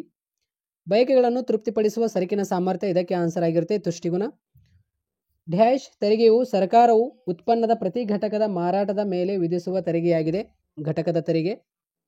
ಪರಿಪೂರ್ಣ ಪೈಪೋಟಿ ಮಾರುಕಟ್ಟೆಯಲ್ಲಿ ಡ್ಯಾಶ್ ಕಾರ್ಯಾಚರಣೆಯಲ್ಲಿ ಇರುತ್ತದೆ ಎಂದು ಊಹಿಸಲಾಗಿದೆ ಏನು ಕಾಣದ ಕೈ. ಒಂದು ಉದ್ಯಮ ಘಟಕವು ಮಾಡಿದ ನಿವ್ವಳ ಕೊಡುಗೆಯನ್ನು ಅದರ ಡ್ಯಾಶ್ ಎನ್ನುತ್ತೇವೆ ಇದಕ್ಕೆ ಆನ್ಸರ್ ಆಗಿರುತ್ತೆ ಮೌಲ್ಯವರ್ಧನೆ. ಇದು ಧನಾತ್ಮಕ ಸ್ಥಿರಾಂಕವಾಗಿದ್ದು ಡ್ಯಾಶ್ ಹೂಡಿಕೆಯನ್ನು ಪ್ರತಿನಿಧಿಸುತ್ತದೆ ಇದಕ್ಕೆ ಆನ್ಸರ್ ಆಗಿರುತ್ತೆ ಸಹಾಯತ ಆನ್ಸರ್ ಆಗಿರುತ್ತೆ. ಅದೇ ರೀತಿ ಇಲ್ಲಿ ಹೊಂದಿಸಿ ಬರೆಯಿರಿ ನೋಡಿ. ಔದಾಸೀನ್ಯ ನಕ್ಷೆ ಇದಕ್ಕೆ ಆನ್ಸರ್ ಆಗಿರುತ್ತೆ ಔದಾಸೀನ್ಯ ವಕ್ರರೇಖೆಗಳ ಕುಟುಂಬ. SMC ಇದಕ್ಕೆ ಆನ್ಸರ್ ಆಗಿರುತ್ತೆ ಸ್ನೇಹಿತರೆ TC/Q ಶ್ರಮ ಇದಕ್ಕೆ ಆನ್ಸರ್ ಆಗಿರುತ್ತೆ ಕೂಲಿ. M3 ಮತ್ತು M4 ಇದು ವಿಶಾಲಹನ. ವ್ಯಾಪಾರ ಬಾಕಿ ಇದಕ್ಕೆ ಆನ್ಸರ್ ಆಗಿರುತ್ತೆ ಸರಕುಗಳ ವ್ಯಾಪಾರ. ನೆಕ್ಸ್ಟ್ ಕ್ವಶನ್, ಇಲ್ಲಿ ಸಾಮಾನ್ಯ 1 ಅಂಕದ ಪ್ರಶ್ನೆಗಳು ಅದಾವೆ ನೋಡೋಣ. Which of the following is an example of micro economics study? ಇದಕ್ಕೆ ಆನ್ಸರ್ ಆಗಿರುತ್ತೆ option B consumer behaviour. The shape of the indifference curve is normally. ಇದಕ್ಕೆ ಆನ್ಸರ್ ಆಗಿರುತ್ತೆ option 1 convex to the origin. Option A is the right answer. ಅದೇ ರೀತಿ question number 3, in 1936 British economics GM Keynes published his celebrated book. ಇದಕ್ಕೆ answer ಆಗಿರುತ್ತೆ option B general theory of employment interest and money. ಆಯ್ತಾ. Question number 4, by deducting undistributed profit from national income we get. ಇದಕ್ಕೆ answer ಆಗಿರುತ್ತೆ personal income. The main function of money is. ಇದಕ್ಕೆ answer ಆಗಿರುತ್ತೆ medium of exchange. Option C is the right answer. ಅದೇ ರೀತಿ filling in the blanks ನೋಡಿ ಸ್ನೇಹಿತರೆ. Wants satisfying capacity of commodity is. ಇದಕ್ಕೆ answer ಆಗಿರುತ್ತೆ utility. Okay, utility is the right answer. Question number 7 ನೋಡಿ, dash is a tax that the government impose per unit sale of output. ಇದಕ್ಕೆ answer ಆಗಿರುತ್ತೆ unit tax. Question number 8, it is assume that in a perfect competition market dash is at play. ಇದಕ್ಕೆ answer ಆಗಿರುತ್ತೆ visible. ಆಯ್ತಾ, and usable sir. Question number 9, the net contribution made by a firm is a called. It is. ಇದಕ್ಕೆ answer ಆಗಿರುತ್ತೆ a value addition. ಅದೇ ರೀತಿ I is a position constant which represents the dash investment in the economy. So ಇದಕ್ಕೆ answer ಆಗಿರುತ್ತೆ autonomous answer ಆಗಿರುತ್ತೆ autonomous. ಅದೇ ರೀತಿ match the following question. Indifference map ಇದಕ್ಕೆ ಆನ್ಸರ್ ಆಗಿರುತ್ತೆ A family of indifference curves. Indifference map ಇದಕ್ಕೆ answer ಆಗಿರುತ್ತೆ A family of indifference curve. ಅದೇ ರೀತಿ SMC ಇದಕ್ಕೆ ಆನ್ಸರ್ ಆಗಿರುತ್ತೆ TC divide by Q. Labour ಇದಕ್ಕೆ ಆನ್ಸರ್ ಆಗಿರುತ್ತೆ ವೇಜಸ್. M3 M4 ಆಯ್ತಾ board money. Balance of trade ಇದಕ್ಕೆ ಆನ್ಸರ್ ಆಗಿರುತ್ತೆ ಟ್ರೇಡ್ ಇನ್ ಗೂಡ್ಸ್. ಆಯ್ತಾ. ಅದೇ ರೀತಿ ಈ ಸಾಮಾನ್ಯ 1 ಅಂಕದ ಪ್ರಶ್ನೆಗಳು ಬೋತ್ ಮೇಡಮ್ ಎಲ್ಲ ವಿದ್ಯಾರ್ಥಿಗಳಿಗೆ ಹೇಳ್ತೀನಿ, ವೇಟ್ ಮಾಡಿ. ಇವಾಗ ನೆಕ್ಸ್ಟ್ ಕ್ವಶನ್, ಒಂದು ಆರ್ಥಿಕತೆಯ ಕೊರತೆಯ ಸಂಪನ್ಮೂಲಗಳು ಇದಕ್ಕೆ ಆನ್ಸರ್ ಆಗಿರುತ್ತೆ ಸ್ಪರ್ಧಾತ್ಮಕ ಬಳಕೆಯನ್ನು ಹೊಂದಿವೆ. ಆಯ್ತಾ. ಅದೇ ರೀತಿ ಪರಿಪೂರ್ಣ ಪೈಪೋಟಿ ಮಾರುಕಟ್ಟೆಯಲ್ಲಿ ಕೊಳ್ಳುವವರು ಮತ್ತು ಮಾರುವವರು ಇರ್ತಾರೆ. ಇದಕ್ಕೆ ಆನ್ಸರ್ ಆಗಿರುತ್ತೆ ಬೆಲೆ ಪಡೆಯುವವರು ಕೂಡ ಇರ್ತಾರೆ. ಆಯ್ತಾ. Option B is the right answer. ಮಹಾ ಆರ್ಥಿಕ ಕುಸಿದ ವರ್ಷ ಯಾವುದು ಅಂದ ತಕ್ಷಣ ಇದಕ್ಕೆ ಆನ್ಸರ್ ಆಗಿರುತ್ತೆ 1929. NNP = GNP minus. ಇದಕ್ಕೆ ಆನ್ಸರ್ ಆಗಿರುತ್ತೆ ಸವಕಳಿ. ಈ ಕೆಳಗಿನಗಳಲ್ಲಿ ಯಾವುದು ಕಾಗದದ ತೆರಿಗೆಗೆ ಉದಾಹರಣೆಯಾಗಿದೆ? ಇದಕ್ಕೆ ಆನ್ಸರ್ ಆಗಿರುತ್ತೆ ಸಂಪತ್ತಿನ ತೆರಿಗೆ. ಆಯ್ತಾ. ಇಲ್ಲಿ ಖಾಲಿ ಬಿಟ್ಟ ಸ್ಥಳ ನೋಡಿ. ವಾಸ್ತವವಾಗಿ ಎಲ್ಲ ಆರ್ಥಿಕಗಳು ಡ್ಯಾಶ್ ಆರ್ಥಿಕಗಳಾಗಿರುವೆ. ಇದಕ್ಕೆ ಆನ್ಸರ್ ಆಗಿರುತ್ತೆ ಮಿಶ್ರ ಆರ್ಥಿಕಗಳಾಗಿವೆ. ಶ್ರಮದ ಮಾರುಕಟ್ಟೆಯಲ್ಲಿ ಡ್ಯಾಶ್ ಶ್ರಮದ ಪೂರೈಕೆದಾರ ಆಗಿರ್ತಾರೆ. ಯಾರಾಗಿರ್ತಾರೆ? ಕುಟುಂಬಗಳು. ಸರಕುಗಳು ಉತ್ಪಾದನೆ ಯಾವುದೇ ಮುಂದಿನ ಹಂತಗಳಲ್ಲಿ ಹಾದು ಹೋಗುವುದಿಲ್ಲ. ಇದಕ್ಕೆ ಆನ್ಸರ್ ಆಗಿರುತ್ತೆ ಅಂತಿಮ ಸರಕು. ಭಾರತದಲ್ಲಿ ನಾಣ್ಯಗಳನ್ನು ಡ್ಯಾಶ್ ಚಲಾವಣೆಗೆ ತರುತ್ತದೆ. ಇದಕ್ಕೆ ಆನ್ಸರ್ ಆಗಿರುತ್ತೆ ಭಾರತ ಸರ್ಕಾರ.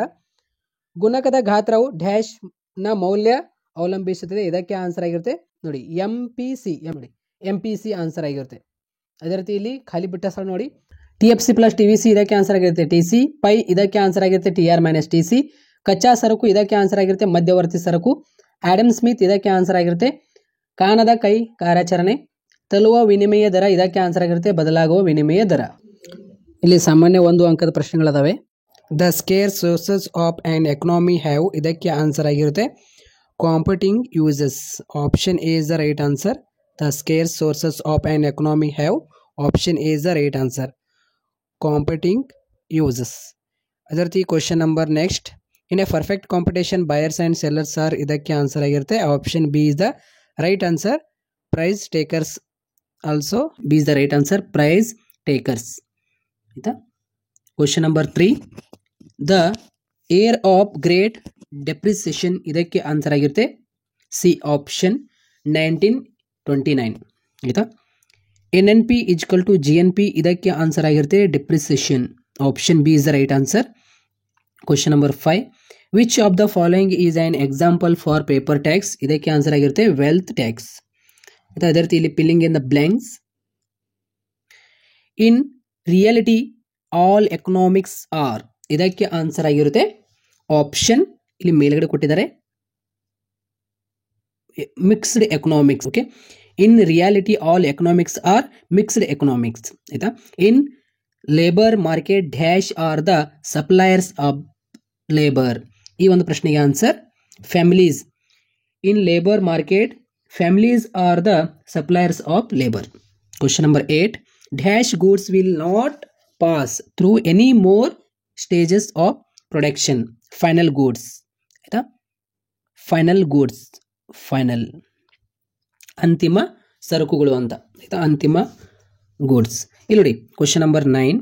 Dash issues coins in India. Issue government of India. Government of India. ನೋಡಿ, size of the multiplier depends on the value of. ಈ ಒಂದು ಪ್ರಶ್ನೆಗೆ ಆನ್ಸರ್ ಆಗಿರುತ್ತೆ. ಈ ಒಂದು ಪ್ರಶ್ನೆಗೆ answer MPC. Okay, MPC is the right answer. Match the following question. TFC plus TVC ಇದಕ್ಕೆ answer ಆಗಿರುತ್ತೆ TC. ಪೈ ಇಜಿಕಲ್ ಟು ಇದಕ್ಕೆ ಆನ್ಸರ್ ಆಗಿರುತ್ತೆ TR minus TC. Raw material ಇದಕ್ಕೆ ಆನ್ಸರ್ ಆಗಿರುತ್ತೆ ಇಂಟರ್ಮೀಡಿಯೇಟ್ ಗೂಡ್ಸ್. ಅದೇ ರೀತಿ ಆಡಮ್ ಸ್ಮಿತ್ ಇದಕ್ಕೆ answer ಆಗಿರುತ್ತೆ ಆಪರೇಷನ್ ಆಫ್ ವಿಸಿಬಲ್ ಹ್ಯಾಂಡ್. ಅದೇ ರೀತಿ floating exchange rate, flexible exchange rate. ಈ ಒಂದು ಪ್ರಶ್ನೆಗೆ ಆನ್ಸರ್ ಆಗಿತ್ತು. ಸೊ ಇವಾಗ ಸಾಮಾನ್ಯ 1 ಅಂಕದ ಪ್ರಶ್ನೆಗಳು ನೋಡೋಣ, ಇಂಗ್ಲಿಷ್ ಮೀಡಿಯಂ ಮತ್ತು ಕನ್ನಡ ಮೀಡಿಯಂ ಎಲ್ಲ ವಿದ್ಯಾರ್ಥಿಗಳಿಗೆ. ಇಲ್ಲಿ ನೋಡಿ, ಮಾದರಿ ಅರ್ಥಶಾಸ್ತ್ರ ವಿಶ್ಲೇಷಣೆ ಎಂದರೇನು? ಸಾಮಾನ್ಯ 1 ಅಂಕದ ಪ್ರಶ್ನೆಯಲ್ಲಿ ನೋಡಿ, ಇಂಗ್ಲಿಷ್ ಮೀಡಿಯಂ ಎಲ್ಲ ವಿದ್ಯಾರ್ಥಿಗಳಿಗೆ ಇಲ್ಲಿ ಮೇಲ್ಗಡೆ ಶೋ ಆಗ್ತಾ ಇರುತ್ತೆ. ಸೊ ಇದಕ್ಕೆ ಆನ್ಸರ್ ಆಗಿರುತ್ತೆ ಮಾದರಿ ಅರ್ಥಶಾಸ್ತ್ರದ ವಿಷಯಗಳು ಹೇಗಿರಬೇಕು ಎಂಬುದನ್ನು ತಿಳಿಸುತ್ತದೆ. ಇಷ್ಟೇ ಬರೀರಿ ಸಾಕು. ಆಯ್ತಾ, ಕೇಳಿದರೆ ಪ್ರಶ್ನೆ. Question number 13. ಬೇಡಿಕೆ ಎಂದರೇನು? ಈ ಒಂದು ಪ್ರಶ್ನೆಗೆ ಆನ್ಸರ್ ನೋಡಿ. ಒಬ್ಬ ವ್ಯಕ್ತಿಯು ಒಂದು ನಿರ್ದಿಷ್ಟ ಸಮಯದಲ್ಲಿ ನಿರ್ದಿಷ್ಟ ಬೆಲೆ ಹಾಗೂ ಆದಾಯದಲ್ಲಿ ಇಂತಿಷ್ಟು ಪ್ರಮಾಣದಲ್ಲಿ ಕೊಂಡುಕೊಳ್ಳುವುದನ್ನು ಬೇಡಿಕೆ ಎನ್ನುತ್ತೇವೆ ಅಂತ. ಇಷ್ಟೇ. ಆಯ್ತಾ. Question number 14. ಆಮದುಗಳ ಅರ್ಥ ನೀಡಿ. ಈ ಒಂದು ಪ್ರಶ್ನೆಗೆ ಆನ್ಸರ್ ಇದಕ್ಕೆ ಆನ್ಸರ್ ಆಗಿರುತ್ತೆ ದೇಶಕ್ಕೆ ಕೆಲವು ಸರಕುಗಳು ಮತ್ತು ಸೇವೆಗಳ ಅವಶ್ಯಕತೆ ಉಂಟಾದಾಗ ದೇಶವು ಜಗತ್ತಿನ ಇತರೆ ದೇಶಗಳೊಂದಿಗೆ ಕೂಡ ಖರೀದಿಸಬಹುದು, ಅವುಗಳನ್ನು ಆಮದುಗಳು ಎನ್ನುತ್ತೇವೆ. ಅದೇ ರೀತಿ ಕ್ವಶನ್ ನಂಬರ್ 15. CPI ಅಂದ್ರೆ ಕನ್ಸ್ಯೂಮರ್ ಪ್ರೈಸ್ ಇಂಡೆಕ್ಸ್ ಅಂತ ಅರ್ಥ. ಆಯ್ತಾ, ಕನ್ಸ್ಯೂಮರ್ ಪ್ರೈಸ್ ಇಂಡೆಕ್ಸ್ ವಿಸ್ತರಿಸಿ ಅಂದ ತಕ್ಷಣ. Next question. ಮುಕ್ತ ಆರ್ಥಿಕತೆ ಎಂದರೆ ಏನೆಂದು ಅರ್ಥಿಸುವಿರಿ ಅಂತ ಇಲ್ಲಿ ಪ್ರಶ್ನೆ ಕೇಳಿದರೆ. ಸೊ ಇದಕ್ಕೆ ಆನ್ಸರ್ ಆಗಿರುತ್ತೆ ಜಗತ್ತಿನ ಇತರೆ ರಾಷ್ಟ್ರಗಳೊಂದಿಗೆ ಸರಕು ಮತ್ತು ಸೇವೆಗಳ ಹಾಗೂ ಹಣಕಾಸು ಸಂಬಂಧಿತ ಆರ್ಥಿಕ ವ್ಯವಹಾರ ಸಂಬಂಧಗಳನ್ನು ಹೊಂದಿರುವ ಅರ್ಥವ್ಯವಸ್ಥೆಯನ್ನು ಮುಕ್ತ ಅರ್ಥವ್ಯವಸ್ಥೆ ಎನ್ನುತ್ತೇವೆ. ಸೊ ಇವಾಗ ಇಲ್ಲಿ ಬೇರೆ ಪ್ರಶ್ನೆ ನೋಡೋಣ. ಇಲ್ಲಿ ಇಂಗ್ಲಿಷ್ ಮೀಡಿಯಂ ಎಲ್ಲ ವಿದ್ಯಾರ್ಥಿಗಳಿಗೆ ಮೇಲ್ಗಡೆ ಶೋ ಆಗ್ತಾ ಇರುತ್ತೆ. ಇಲ್ಲಿ ಇಂಗ್ಲಿಷ್ ವರ್ಷನ್ ಕೂಡ ಇದೆ ಇಲ್ಲಿ. ಆಯ್ತಾ, ಇಲ್ಲಿ ನೋಡಿ, ಇಲ್ಲಿ ಇಂಗ್ಲಿಷ್ ವರ್ಷನ್ ಇದೆ. ನಾನು ಅಲ್ಲಿ ಮೇಲ್ಗಡೆ ನಿಮಗೆ ಶೋ ಮಾಡ್ತಾ ಇರ್ತೀನಿ ಕನ್ನಡ ಮೀಡಿಯಂ ಎಲ್ಲ ವಿದ್ಯಾರ್ಥಿಗಳಿಗೆ ಹೇಳುವಾಗ. ಸೊ ಎಲ್ಲ ವಿದ್ಯಾರ್ಥಿಗಳು ನೋಡ್ಕೊಳ್ಳಿ. ಒಟ್ಟು ಸ್ಥಿರ ವೆಚ್ಚ ಎಂದರೇನು? ಆಯ್ತಾ, ಒಟ್ಟು ಸ್ಥಿರ ವೆಚ್ಚ ಎಂದರೇನು? ಈ ಒಂದು ಪ್ರಶ್ನೆಗೆ ಆನ್ಸರ್ ಸ್ಥಿರ ಉತ್ಪಾದನಾಂಗಗಳನ್ನು ಬಳಸಿಕೊಳ್ಳಲು ಉದ್ಯಮ ಘಟಕವು ಮಾಡುವ ವೆಚ್ಚವನ್ನು ಒಟ್ಟು ಸ್ಥಿರ ವೆಚ್ಚ ಎಂದು ಕರೆಯುತ್ತೇವೆ ಅಂತ. Question number next. ತಂತ್ರಜ್ಞಾನದ ಪ್ರಗತಿಯು ಉದ್ಯಮ ಘಟಕದ ಪೂರೈಕೆ ರೇಖೆಯನ್ನು ಯಾವ ಕಡೆಗೆ ಪಲ್ಲಟಗೊಳಿಸುತ್ತದೆ? ಈ ಒಂದು ಪ್ರಶ್ನೆಗೆ ಆನ್ಸರ್ ಆಯ್ತಾ, ಬಲಭಾಗಕ್ಕೆ ಪಲ್ಲಟಗೊಳ್ಳುತ್ತದೆ. ತಂತ್ರಜ್ಞಾನದ ಪ್ರಗತಿಯು ಉದ್ಯಮ ಘಟಕದ ಪೂರೈಕೆ ರೇಖೆಯನ್ನು ಯಾವ ಕಡೆಗೆ ಪಲ್ಲಟಗೊಳಿಸುತ್ತದೆ? ಬಲಭಾಗಕ್ಕೆ ಪಲ್ಲಟಗೊಳಿಸುತ್ತದೆ. Question number next. ಯಾವ ಕಾಯ್ದೆಯ ಮೂಲಕ ಕಾರ್ಮಿಕರ ವೇತನ ದರ ಕನಿಷ್ಠ ಮಟ್ಟಕ್ಕಿಂತ ಕಡಿಮೆ ಇರುವುದಿಲ್ಲ ಅಂದ್ರೆ ಕಡಿಮೆ ಆಗುವುದಿಲ್ಲ ಎಂದು ಸರ್ಕಾರ ಖಾತ್ರಿಪಡಿಸಿದೆ? ಇದಕ್ಕೆ ಆನ್ಸರ್ ಆಗಿರುತ್ತೆ ಕನಿಷ್ಠ. ಆಯ್ತಾ, ಕನಿಷ್ಠ ಕೂಲಿ ಕಾಯ್ದೆ ಅಂತ.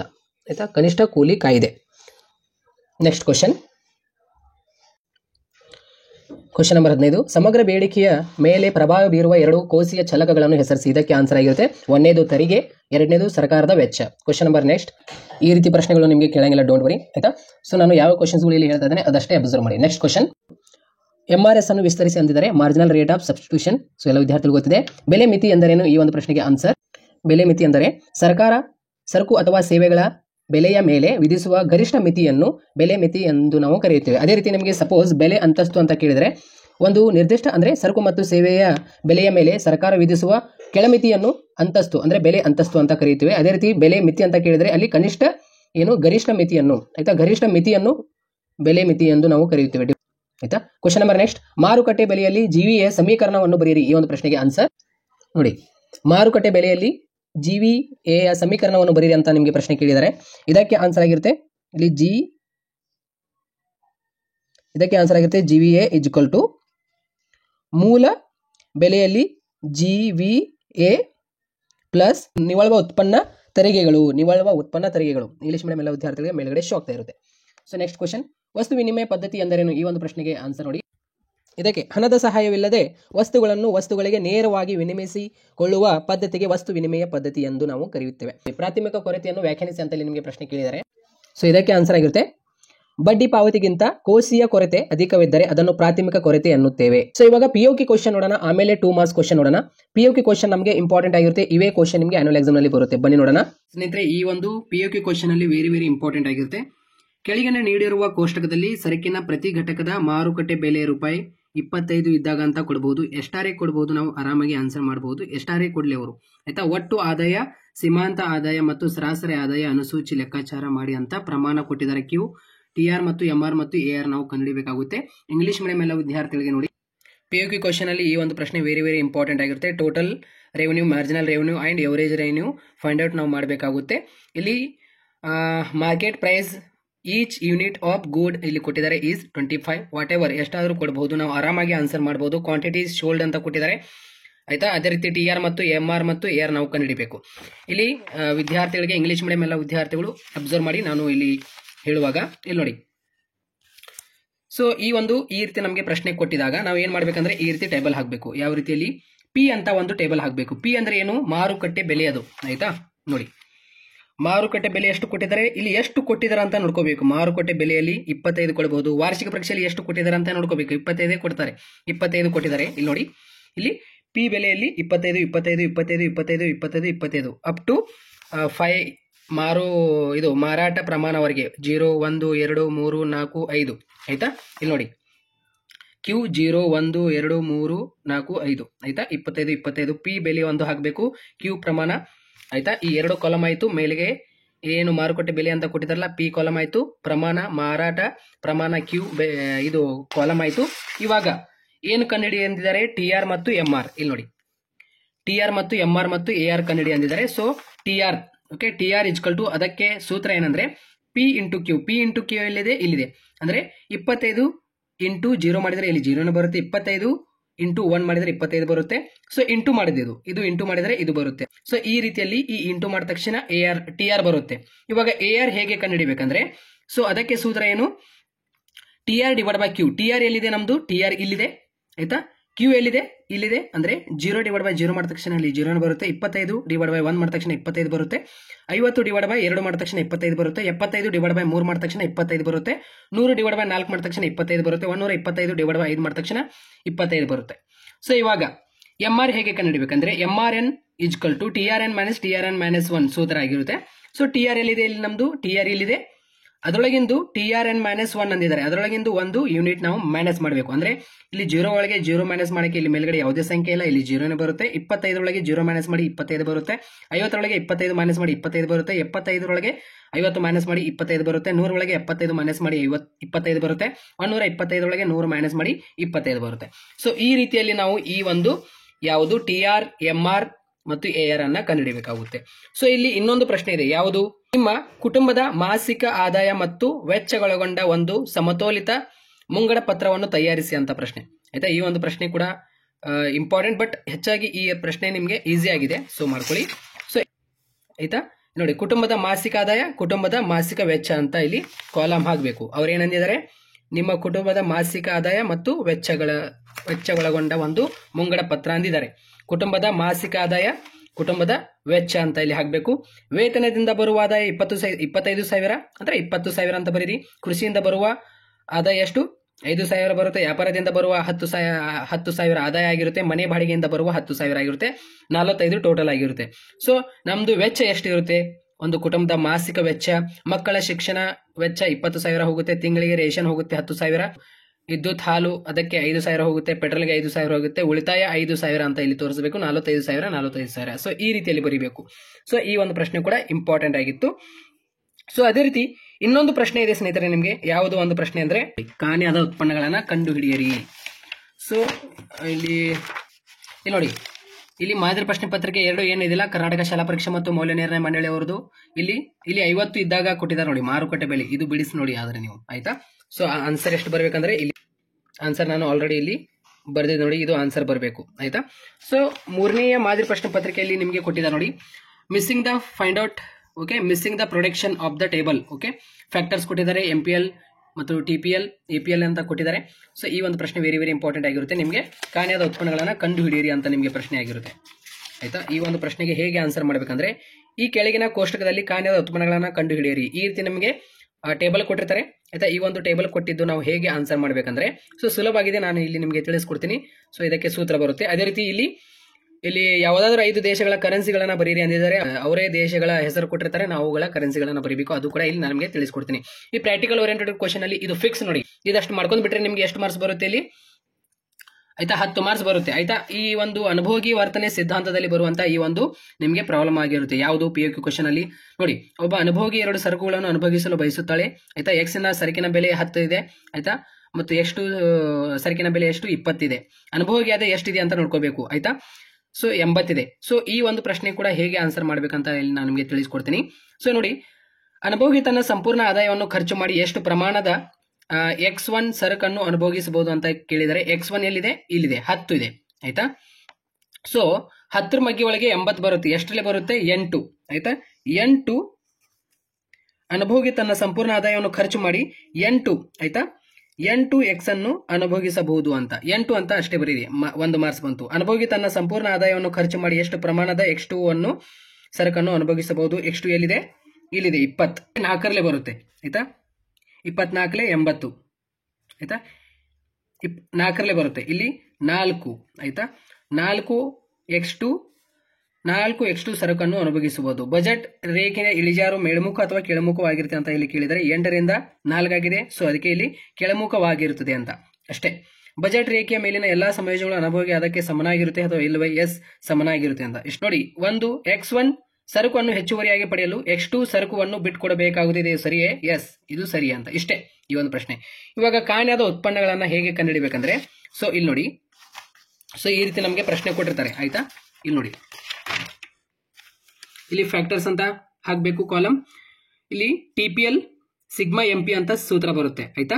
ಅದೇ ರೀತಿ MPL = TPL - TPL - ಇದೊಂದು ಸೂತ್ರ ಬರುತ್ತೆ. APL ಇದು ಕೊನೆಯಲ್ಲಿ ಬರುತ್ತೆ, APL = TPL ಆಯ್ತಾ. ಸೊ ಇಲ್ಲಿ ನೋಡಿ, ಅವರು ಕೊಟ್ಟಿದ್ದಾರೆ 0 1 2 3 4 5 ಸೇಮ್ ಬರ್ಕೋಬೇಕು ಆಯ್ತಾ. ಸೊ ಅವರು ಏನೇನು ಕೊಟ್ಟಿದ್ದಾರೆ ಸೇಮ್ ಬರ್ಕೋಬೇಕು. ಇಲ್ಲಿ ಡ್ಯಾಶ್ ಕೊಟ್ಟಿದ್ದಾರೆ, ಇಲ್ಲಿ ಕೂಡ ಡ್ಯಾಶ್ ಕೊಟ್ಟಿದ್ದಾರೆ, ಅವರು ಇಲ್ಲೊಂದು ಡ್ಯಾಶ್ ಕೊಟ್ಟಿದ್ದಾರೆ, ಇಲ್ಲಿ ಒಂದು ಡ್ಯಾಶ್ ಕೊಟ್ಟಿದ್ದಾರೆ, ಇಲ್ಲಿ ಒಂದು ಡ್ಯಾಶ್ ಕೊಟ್ಟಿದ್ದಾರೆ. 1 marks 2 marks 3 marks 4 marks 5 marks ಆಗಿರುತ್ತೆ.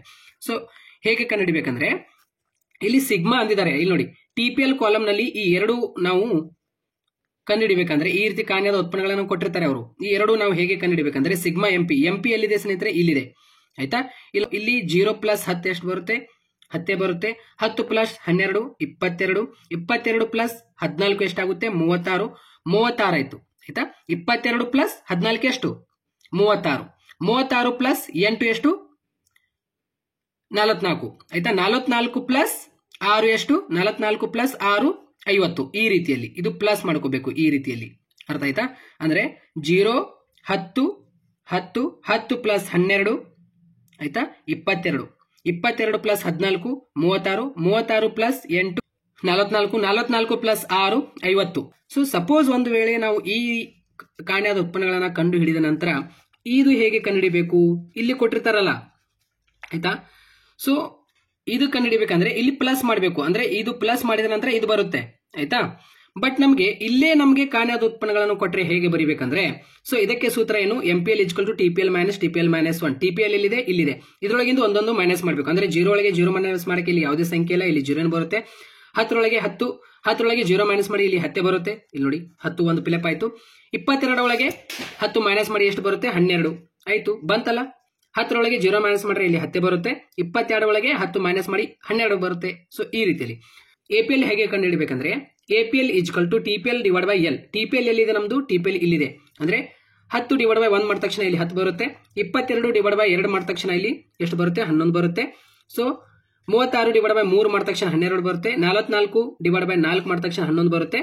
ಸೊ 50 / 5 ಆಯ್ತಾ, 50 / 5 ಮಾಡಿದ ತಕ್ಷಣ ಇಲ್ಲಿ 10 ಬರುತ್ತೆ. ಸೊ ಈ ರೀತಿಯಲ್ಲಿ ಇವಾಗ ಅವರೇ ನಮಗೆ ದೇಶಗಳ ಹೆಸರು ಕೊಟ್ಟಿರ್ತಾರೆ, ನಾವು ಕರೆನ್ಸಿಗಳನ್ನ ಬರೀಬೇಕು. ಇವಾಗ USA ಅಂದ ತಕ್ಷಣ $, ಅದೇ ರೀತಿ UK ಅಂದ ತಕ್ಷಣ pound sterling, Germany euro, Japan ಯೆನ್, China ರೆನ್ಮಿನ್ಬಿ, Argentina peso, UAE ದಿರಾಮ್, Bangladesh ತಾಕಾ, Russia rouble. ನಿಮ್ಗೆ ಯಾವುದು ಈಜಿ ಅನಿಸುತ್ತೆ 5 ಮಾಡ್ಕೊಂಡ್ ಬಿಡ್ರಿ ಆಯ್ತಾ. 10 ಮಾರ್ಕ್ಸ್ ಬರುತ್ತೆ POQ ಕ್ವಶನ್ ಅಲ್ಲಿ. ಸೊ ಬನ್ನಿ ಇವಾಗ 2 ಅಂಕದ ಪ್ರಶ್ನೆಗಳು ನೋಡೋಣ ಮತ್ತು 4 ಅಂಕದ ಪ್ರಶ್ನೆಗಳು ಮತ್ತು 6 ಅಂಕದ ಪ್ರಶ್ನೆಗಳು ನೋಡೋಣ. PDF ಕೂಡ ನಾನು ಕೆಳಗಡೆ ಕಮೆಂಟ್ ಬಾಕ್ಸ್ ನಲ್ಲಿ ಲಿಂಕ್ ಕೊಟ್ಟಿರ್ತೇನೆ ಮತ್ತು ಟೆಲಿಗ್ರಾಮ್ ನಲ್ಲಿ ಕೂಡ ಸೆಂಡ್ ಮಾಡ್ತೇನೆ ಆಯ್ತಾ. ಇಲ್ಲಿ POQ ಕ್ವಶನ್ಸ್ ಗಳು ಏನು ಹಾಕಿದ್ದೇನಲ್ಲ, ಇದರೊಳಗೆ ನಿಮಗೆ ಏನಾದರೂ ಡೌಟ್ಸ್ ಇತ್ತಂದ್ರೆ ಅಂದರೆ ಈ ಪಿ ಯು ಕೆ ಕ್ವಶನ್ ಅರ್ಥ ಆಗ್ತಾ ಇಲ್ಲ ಅಂದರೆ ಸೊ ಆಲ್ರೆಡಿ ನಾನು ಇವಾಗ ಜಸ್ಟ್ ಹಿಂದೆ ಹೇಳಿದ್ದೇನೆ, ಸೊ ನೋಡ್ಕೊಳ್ಳಿ ನೀವು, ಆಯಿತಾ. ಸೊ ಇವಾಗ 2 ಅಂಕದ ಪ್ರಶ್ನೆಗಳು ನೋಡೋಣ ಬನ್ನಿ ಸ್ನೇಹಿತರೆ. 2 ಅಂಕದ ಪ್ರಶ್ನೆಯಲ್ಲಿ ನಾನು ಯಾವ ಕ್ವಶನ್ಸ್ ನಾನು ನಿಮಗೆ ಇಂಪಾರ್ಟೆಂಟ್ ಕ್ವಶನ್ಸ್ ಅಂತ ಹೇಳ್ತೇನಲ್ಲ ಆ ಎಲ್ಲ ಕ್ವಶನ್ಸ್ ನೀವು ಓದಲೇಬೇಕಾಗುತ್ತೆ 2 ಅಂಕದ ಪ್ರಶ್ನೆಯಲ್ಲಿ. ಇಲ್ಲಿ ಇಂಗ್ಲೀಷ್ ಮೀಡಿಯಂ ಎಲ್ಲ ವಿದ್ಯಾರ್ಥಿಗಳಿಗಿದೆ, ಅದೇ ರೀತಿ ಇಲ್ಲಿ ಕನ್ನಡ ಮೀಡಿಯಂ ಬೋತ್ ಮೀಡಿಯಂ ಎಲ್ಲ ವಿದ್ಯಾರ್ಥಿಗಳಿದೆ. ಸೊ ಎಲ್ಲ ವಿದ್ಯಾರ್ಥಿಗಳು ನೋಡ್ಕೊಳ್ಳಿ. ಕೆಳದರ್ಜೆ ಸರಕುಗಳೆಂದರೇನು, ಇಲ್ಲಿ ಇಂಗ್ಲೀಷ್ ಮೀಡಿಯಂ ಎಲ್ಲ ವಿದ್ಯಾರ್ಥಿಗಳಿದೆ. ಸೊ ಇದಕ್ಕೆ ಆನ್ಸರ್ ಆಗಿರುತ್ತೆ, ಯಾವ ಸರಕುಗಳ ಬೇಡಿಕೆಯು ಅನುಭೋಗೀಯ ಆದಾಯದ ಹೆಚ್ಚಳದೊಂದಿಗೆ ಕಡಿಮೆಯಾಗುವ ಮತ್ತು ಅನುಭೋಗೀಯ ಆದಾಯ ಕಡಿಮೆಯಾದಂತೆ ಬೇಡಿಕೆ ಹೆಚ್ಚಾಗುತ್ತದೆಯೋ ಅಂತಹ ಸರಕುಗಳನ್ನು ಕೆಳದರ್ಜೆ ಸರಕುಗಳು ಎನ್ನುತ್ತೇವೆ. ಉದಾಹರಣೆಗೆ ರಾಗಿ, ಆರಕ, ಒಣವೆ, ಓಕೆ, ಸಜ್ಜಿ, ರಾಗಿ, ಒಣವೆ, ಆರಕ ಮುಂತಾದವು, ಆಯಿತಾ. ಸೊ ಇಲ್ಲಿ ಇಂಗ್ಲೀಷ್ ಮೀಡಿಯಂ ಎಲ್ಲ ವಿದ್ಯಾರ್ಥಿಗಳಿದೆ.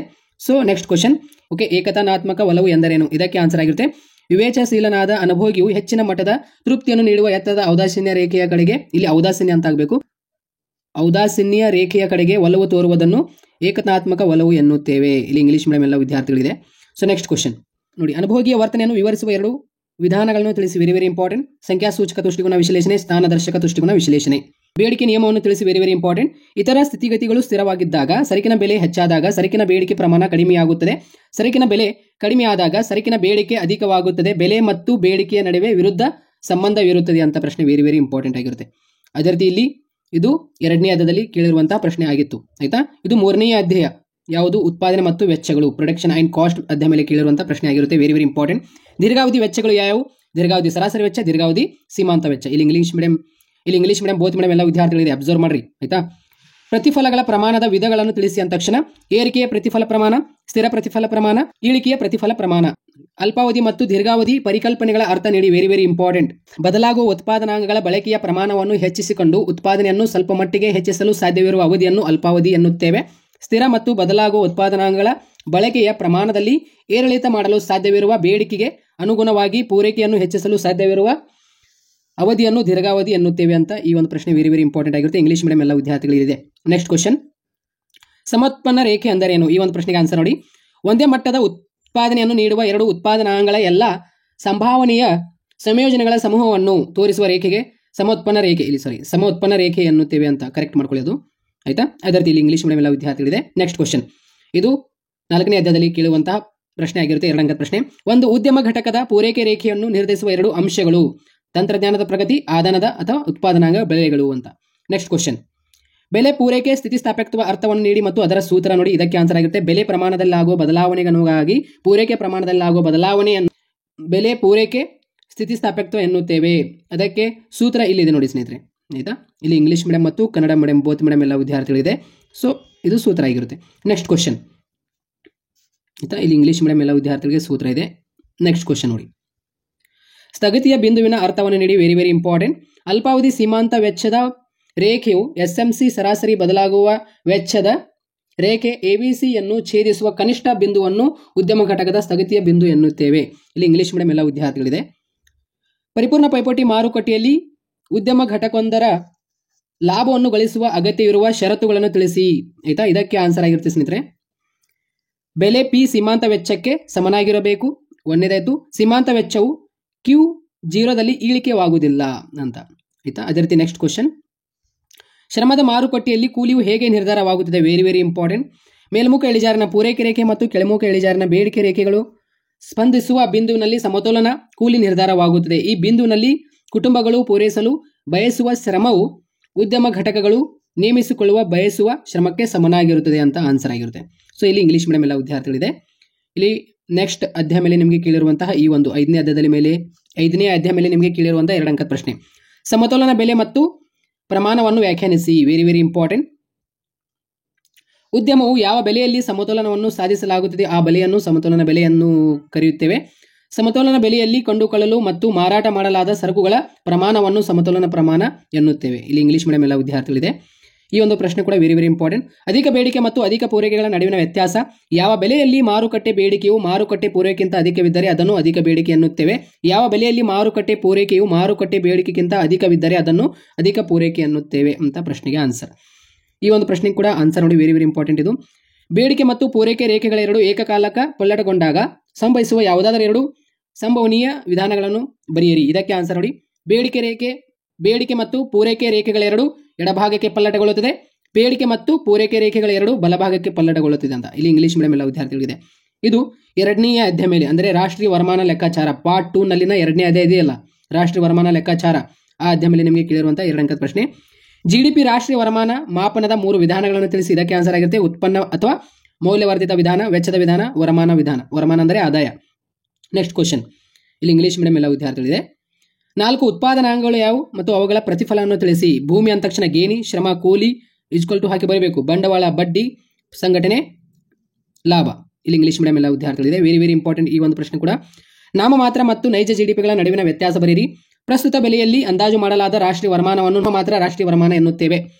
ಯಾವುದೇ ಒಂದು ಆಧಾರ ವರ್ಷ ಬೆಲೆಯಲ್ಲಿ ರಾಷ್ಟ್ರೀಯ ವರಮಾನವನ್ನು ವ್ಯಕ್ತಪಡಿಸಿದರೆ ಅದನ್ನು ನೈಜ ರಾಷ್ಟ್ರೀಯ ವರಮಾನ ಎನ್ನುತ್ತೇವೆ. ಇಂಗ್ಲಿಷ್ ಮೀಡಿಯಂ ಎಲ್ಲ ವಿದ್ಯಾರ್ಥಿಗಳಿದೆ.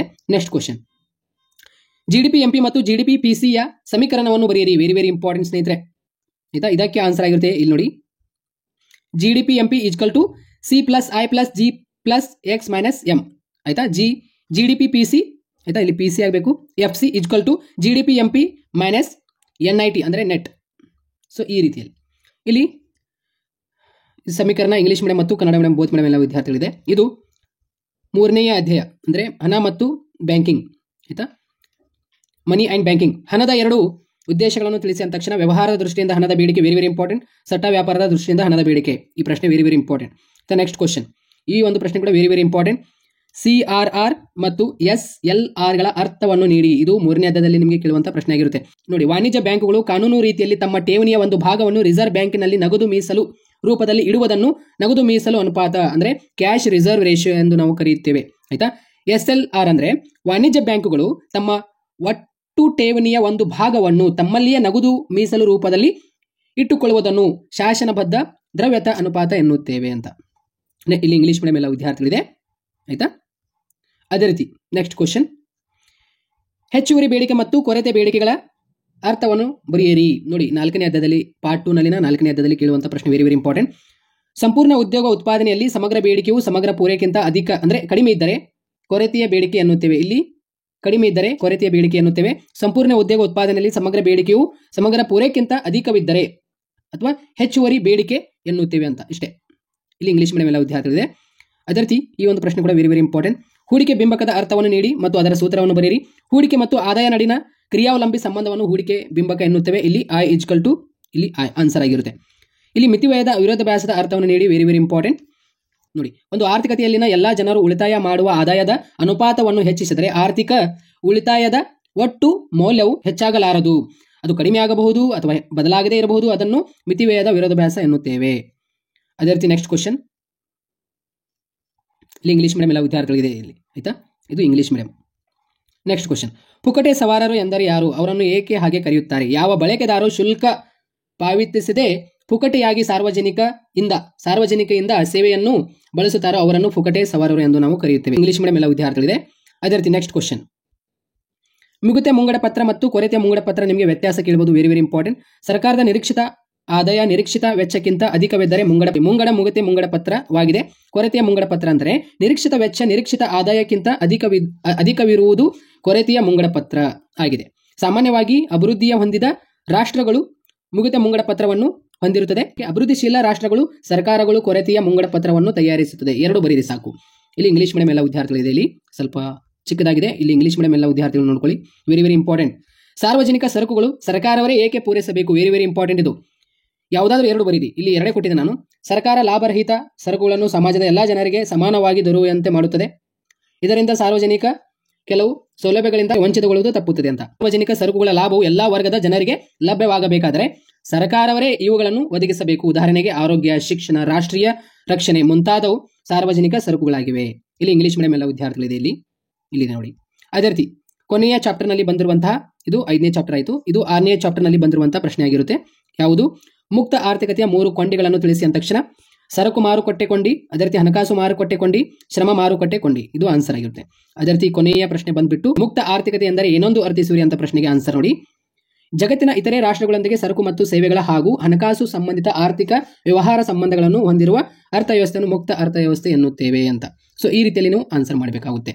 ಸೊ ಇವಾಗ 4 ಅಂಕದ ಪ್ರಶ್ನೆ ಮತ್ತು 6 ಅಂಕದ ಪ್ರಶ್ನೆಗಳು ನೋಡೋಣ ವಿತ್ ಆನ್ಸರ್ ಮುಖಾಂತರ. ಇಷ್ಟು ನಿಮಗೆ ಸ್ನೇಹಿತರೆ ಇಂಪಾರ್ಟೆಂಟ್ ಆಗಿತ್ತು 2 ಅಂಕದ ಪ್ರಶ್ನೆಯಲ್ಲಿ ಮತ್ತು ಸಾಮಾನ್ಯ 1 ಅಂಕದ ಪ್ರಶ್ನೆಯಲ್ಲಿ ಮತ್ತು ಅದೇ ರೀತಿ POQ ಕ್ವಶನ್ ಅಲ್ಲಿ ಮತ್ತು ಹೊಂದಿಸಿ ಬರೆಯಿರಿ ಮತ್ತು MCQ ಕ್ವಶನ್ ಅಲ್ಲಿ ಮತ್ತು ಮ್ಯಾಚ್ ದ ಫಾಲೋಯಿಂಗ್ ಕ್ವಶನ್ ಎಲ್ಲವೂ ನಾವು ನೋಡ್ಕೊಂಡಿದ್ದೇವೆ ಖಾಲಿ ಬಿಟ್ಟ ಸ್ಥಳ. ಇವಾಗ 4 ಅಂಕದ ಪ್ರಶ್ನೆಗಳು ಮತ್ತು 6 ಅಂಕದ ಪ್ರಶ್ನೆಗಳು ನೋಡೋಣ ಬನ್ನಿ ಸ್ನೇಹಿತರೆ ಬೇಗ ಬೇಗ. ಇಲ್ಲಿ ನೋಡಿ 4 ಅಂಕದ ಪ್ರಶ್ನೆಗಳು ಚಾಪ್ಟರ್ ವೈಸ್ ನನಗೆ ಇಂಪಾರ್ಟೆಂಟ್ ಕ್ವಶನ್ಸ್ಗಳು ಇಲ್ಲಿ ನೀಡ್ತಾ ಇದ್ದೇನೆ. ಸೊ ಎಲ್ಲ ವಿದ್ಯಾರ್ಥಿಗಳು ಟಿಕ್ ಮಾಡ್ಕೊಂಡು ಓದ್ಕೊಳ್ಳಿ. ಕನ್ನಡ ಎಲ್ಲ ವಿದ್ಯಾರ್ಥಿಗಳಿದೆ, ಆಮೇಲೆ ಇಂಗ್ಲೀಷ್ ಎಲ್ಲ ವಿದ್ಯಾರ್ಥಿಗಳಿದೆ. ಸೊ ನೋಡ್ಕೊಳ್ಳಿ ಇಲ್ಲಿ ಆಯ್ತಾ, ಕೆಳಗಡೆ ಇದೆ ಇಂಗ್ಲೀಷ್ ಮೀಡಿಯಂ ಎಲ್ಲ ವಿದ್ಯಾರ್ಥಿಗಳಿಗೆ. ಸೊ ಇವಾಗ ನೋಡಿ 1ನೇ ಪ್ರಶ್ನೆ ಯಾವುದಿದೆ ಅಂದರೆ, ಒಂದು ಆರ್ಥಿಕತೆಯ ಕೇಂದ್ರೀಯ ಸಮಸ್ಯೆಗಳನ್ನು ಸಂಕ್ಷಿಪ್ತವಾಗಿ ವಿವರಿಸಿರಿ. ವೆರಿ ಇಂಪಾರ್ಟೆಂಟ್ ಆಗಿರುತ್ತೆ ಈ ಒಂದು ಪ್ರಶ್ನೆ ಆಯ್ತಾ. ಸೊ ಇಲ್ಲಿ ಆನ್ಸರ್ ಕೊಟ್ಟಿದ್ದಾರೆ.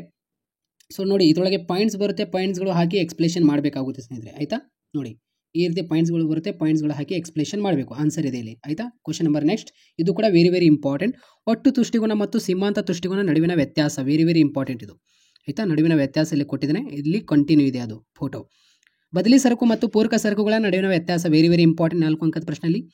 ಅದೇ ರೀತಿ ಸಾಮಾನ್ಯ ಸರಕು ಮತ್ತು ಕೆಳದರ್ಜೆ ಸರಕುಗಳ ನಡುವಿನ ವ್ಯತ್ಯಾಸ ಕೂಡ ನೋಡ್ಕೊಳ್ಳಿ ಸುಮ್ಮನೆ ಆಯ್ತಾ. ನೆಕ್ಸ್ಟ್ ಕ್ವಶನ್ ಇಲ್ಲಿ ಕಂಟಿನ್ಯೂ ಇದೆ, ಅದು ಸಾಮಾನ್ಯ ಸರಕುಗಳು ಮತ್ತು ಕೆಳದರ್ಜೆ ಸರಕುಗಳು ಅಂತ. ಸೊ 6 ಅಂಕದ ಒಂದು ಪ್ರಶ್ನೆ ಇರುತ್ತೆ ನೋಡಿ ಇಲ್ಲಿ. ಸೊ 6 ಅಂಕದ ಪ್ರಶ್ನೆ ಯಾವುದಂದ್ರೆ, ಇಳಿಮುಖ ಸೀಮಾಂತ ತುಷ್ಟಿಗುಣ ನಿಯಮವನ್ನು ಕೋಷ್ಟಕ ಮತ್ತು ರೇಖಾಚಿತ್ರದ ಸಹಾಯದಿಂದ ವಿವರಿಸ್ರಿ ಆಯ್ತಾ. ಅದೇ ರೀತಿ ಇಲ್ಲಿ ನಿಮಗೆ ಇನ್ನೊಂದು 4 ಅಂಕದ ಪ್ರಶ್ನೆ ನೋಡಿ ವೆರಿ ಇಂಪಾರ್ಟೆಂಟ್ ಆಗಿರುತ್ತೆ. ಬಜೆಟ್ ರೇಖೆಯ ಇಳಿಜಾರಿನ ನಿಶಬ್ದತೆಯನ್ನು ರೇಖಾಚಿತ್ರದೊಂದಿಗೆ ವಿವರಿಸ್ರಿ. ಈ ಒಂದು ಪ್ರಶ್ನೆ ಕೂಡ ವೆರಿ ಇಂಪಾರ್ಟೆಂಟ್ ಆಗಿರುತ್ತೆ ಆಯಿತಾ. ಅದೇ ರೀತಿ ನೆಕ್ಸ್ಟ್ ಕ್ವಶನ್ ಇದು ಕಂಟಿನ್ಯೂ ಆಗಿರುತ್ತೆ. ಔದಾಸೀನ ನಕ್ಷೆ ಬೇಡ, ಓದಕ್ಕೆ ಹೋಗಬೇಡ್ರಿ ಆಯಿತಾ. ಇಲ್ಲಿ ನೋಡಿ 6 ಅಂಕದ ಪ್ರಶ್ನೆ, ಇಳಿಮುಖ ಸೀಮಾಂತ ತುಷ್ಟಿಗುಣ ನಿಯಮವನ್ನು ಕೋಷ್ಟಕ ಮತ್ತು ರೇಖಾಚಿತ್ರದ ಸಹಾಯದಿಂದ ವಿವರಿಸ್ರಿ. ವೆರಿ ಇಂಪಾರ್ಟೆಂಟ್ ಆಯಿತಾ. ಔದಾಸೀನ್ಯ ವಕ್ರರೇಖೆಯ ಗುಣಲಕ್ಷಣಗಳು, ಅದು ಓದಕ್ಕೆ ಹೋಗಬೇಡ್ರಿ, ಬಹಳ ಲೆಂದಿ ಇದೆ, ಅದು ನನ್ನ ಪ್ರಕಾರ ಕೇಳಂಗಿಲ್ಲ ಅದು ಆಯಿತಾ.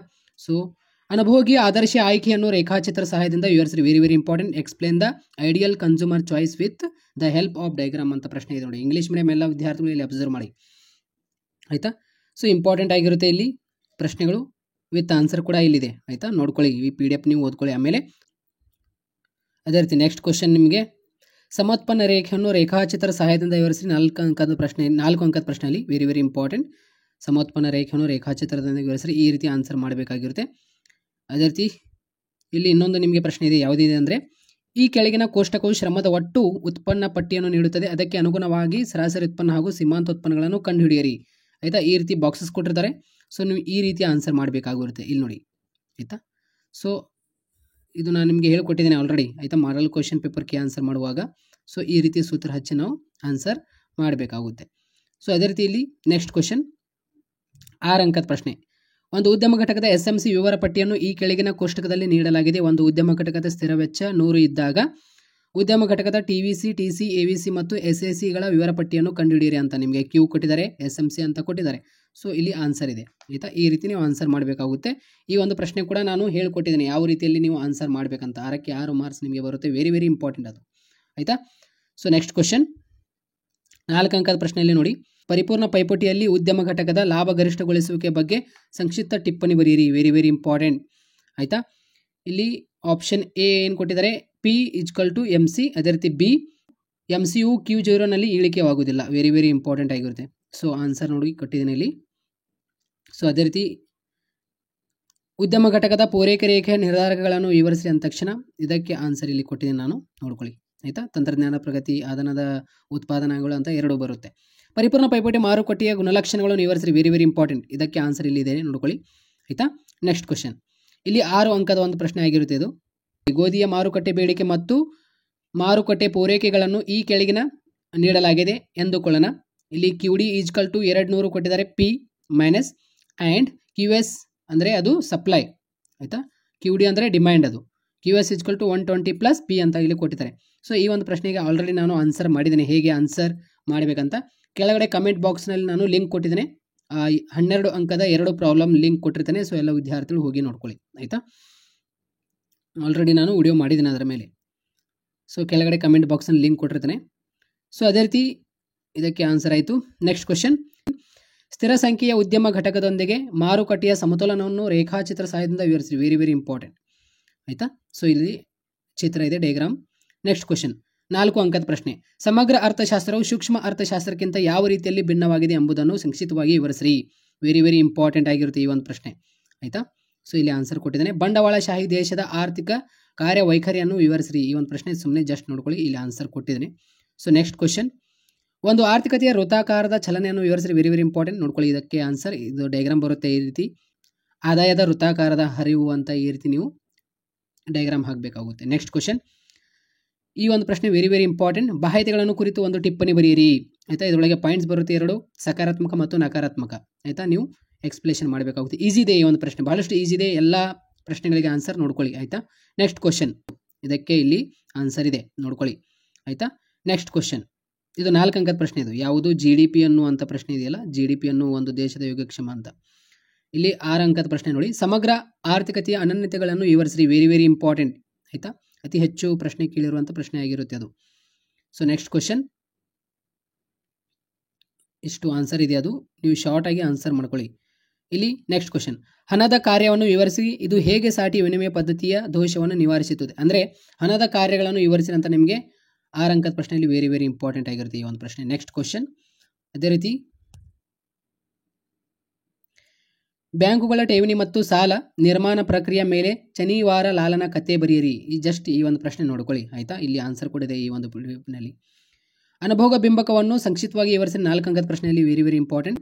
ಅದೇ ರೀತಿ ನೆಕ್ಸ್ಟ್ ಕ್ವಶನ್, 6 ಅಂಕದ ಪ್ರಶ್ನೆ ಇದು. ಸ್ವೀಕೃತಿಗಳ ವರ್ಗೀಕರಣವನ್ನು ವಿವರಿಸಿ. ವೆರಿ ವೆರಿ ಇಂಪಾರ್ಟೆಂಟ್ ಆಗಿರುತ್ತೆ ಇದು. ಆಯಿತಾ, ನೋಡ್ಕೊಳ್ಳಿ. ಇದು ಕೂಡ ಪ್ರಶ್ನೆ ಇಲ್ಲಿ 6 ಅಂಕದ ಪ್ರಶ್ನೆ ಆಗಿರುತ್ತೆ. ಆನ್ಸರ್ ಇಲ್ಲಿ ಕೊಟ್ಟಿದ್ದೇನೆ ನಾನು. ಆಯಿತಾ, ಅದೇ ರೀತಿ ನೆಕ್ಸ್ಟ್ ಕ್ವಶನ್, ಇಲ್ಲಿ 4 ಅಂಕದ ಪ್ರಶ್ನೆ ನೋಡಿ. ಚಾಲ್ತಿ ಖಾತೆ ಭಾಗಗಳ ಪಟವನ್ನು ಬರೀರಿ ಅಂದ ತಕ್ಷಣ ಈ ರೀತಿ ನೀವು ಬರೀಬೇಕಾಗುತ್ತೆ ನೋಡಿ. ಇಲ್ಲಿ ಆನ್ಸರ್ ಕೊಟ್ಟಿದ್ದೇನೆ. ಅದೇ ರೀತಿ ಬಂಡವಾಳ ಖಾತೆ ಭಾಗಗಳ ಪಟ ಬರಿ ಅಂದ ತಕ್ಷಣ ಈ ರೀತಿ ಬರೀಬೇಕಾಗುತ್ತೆ.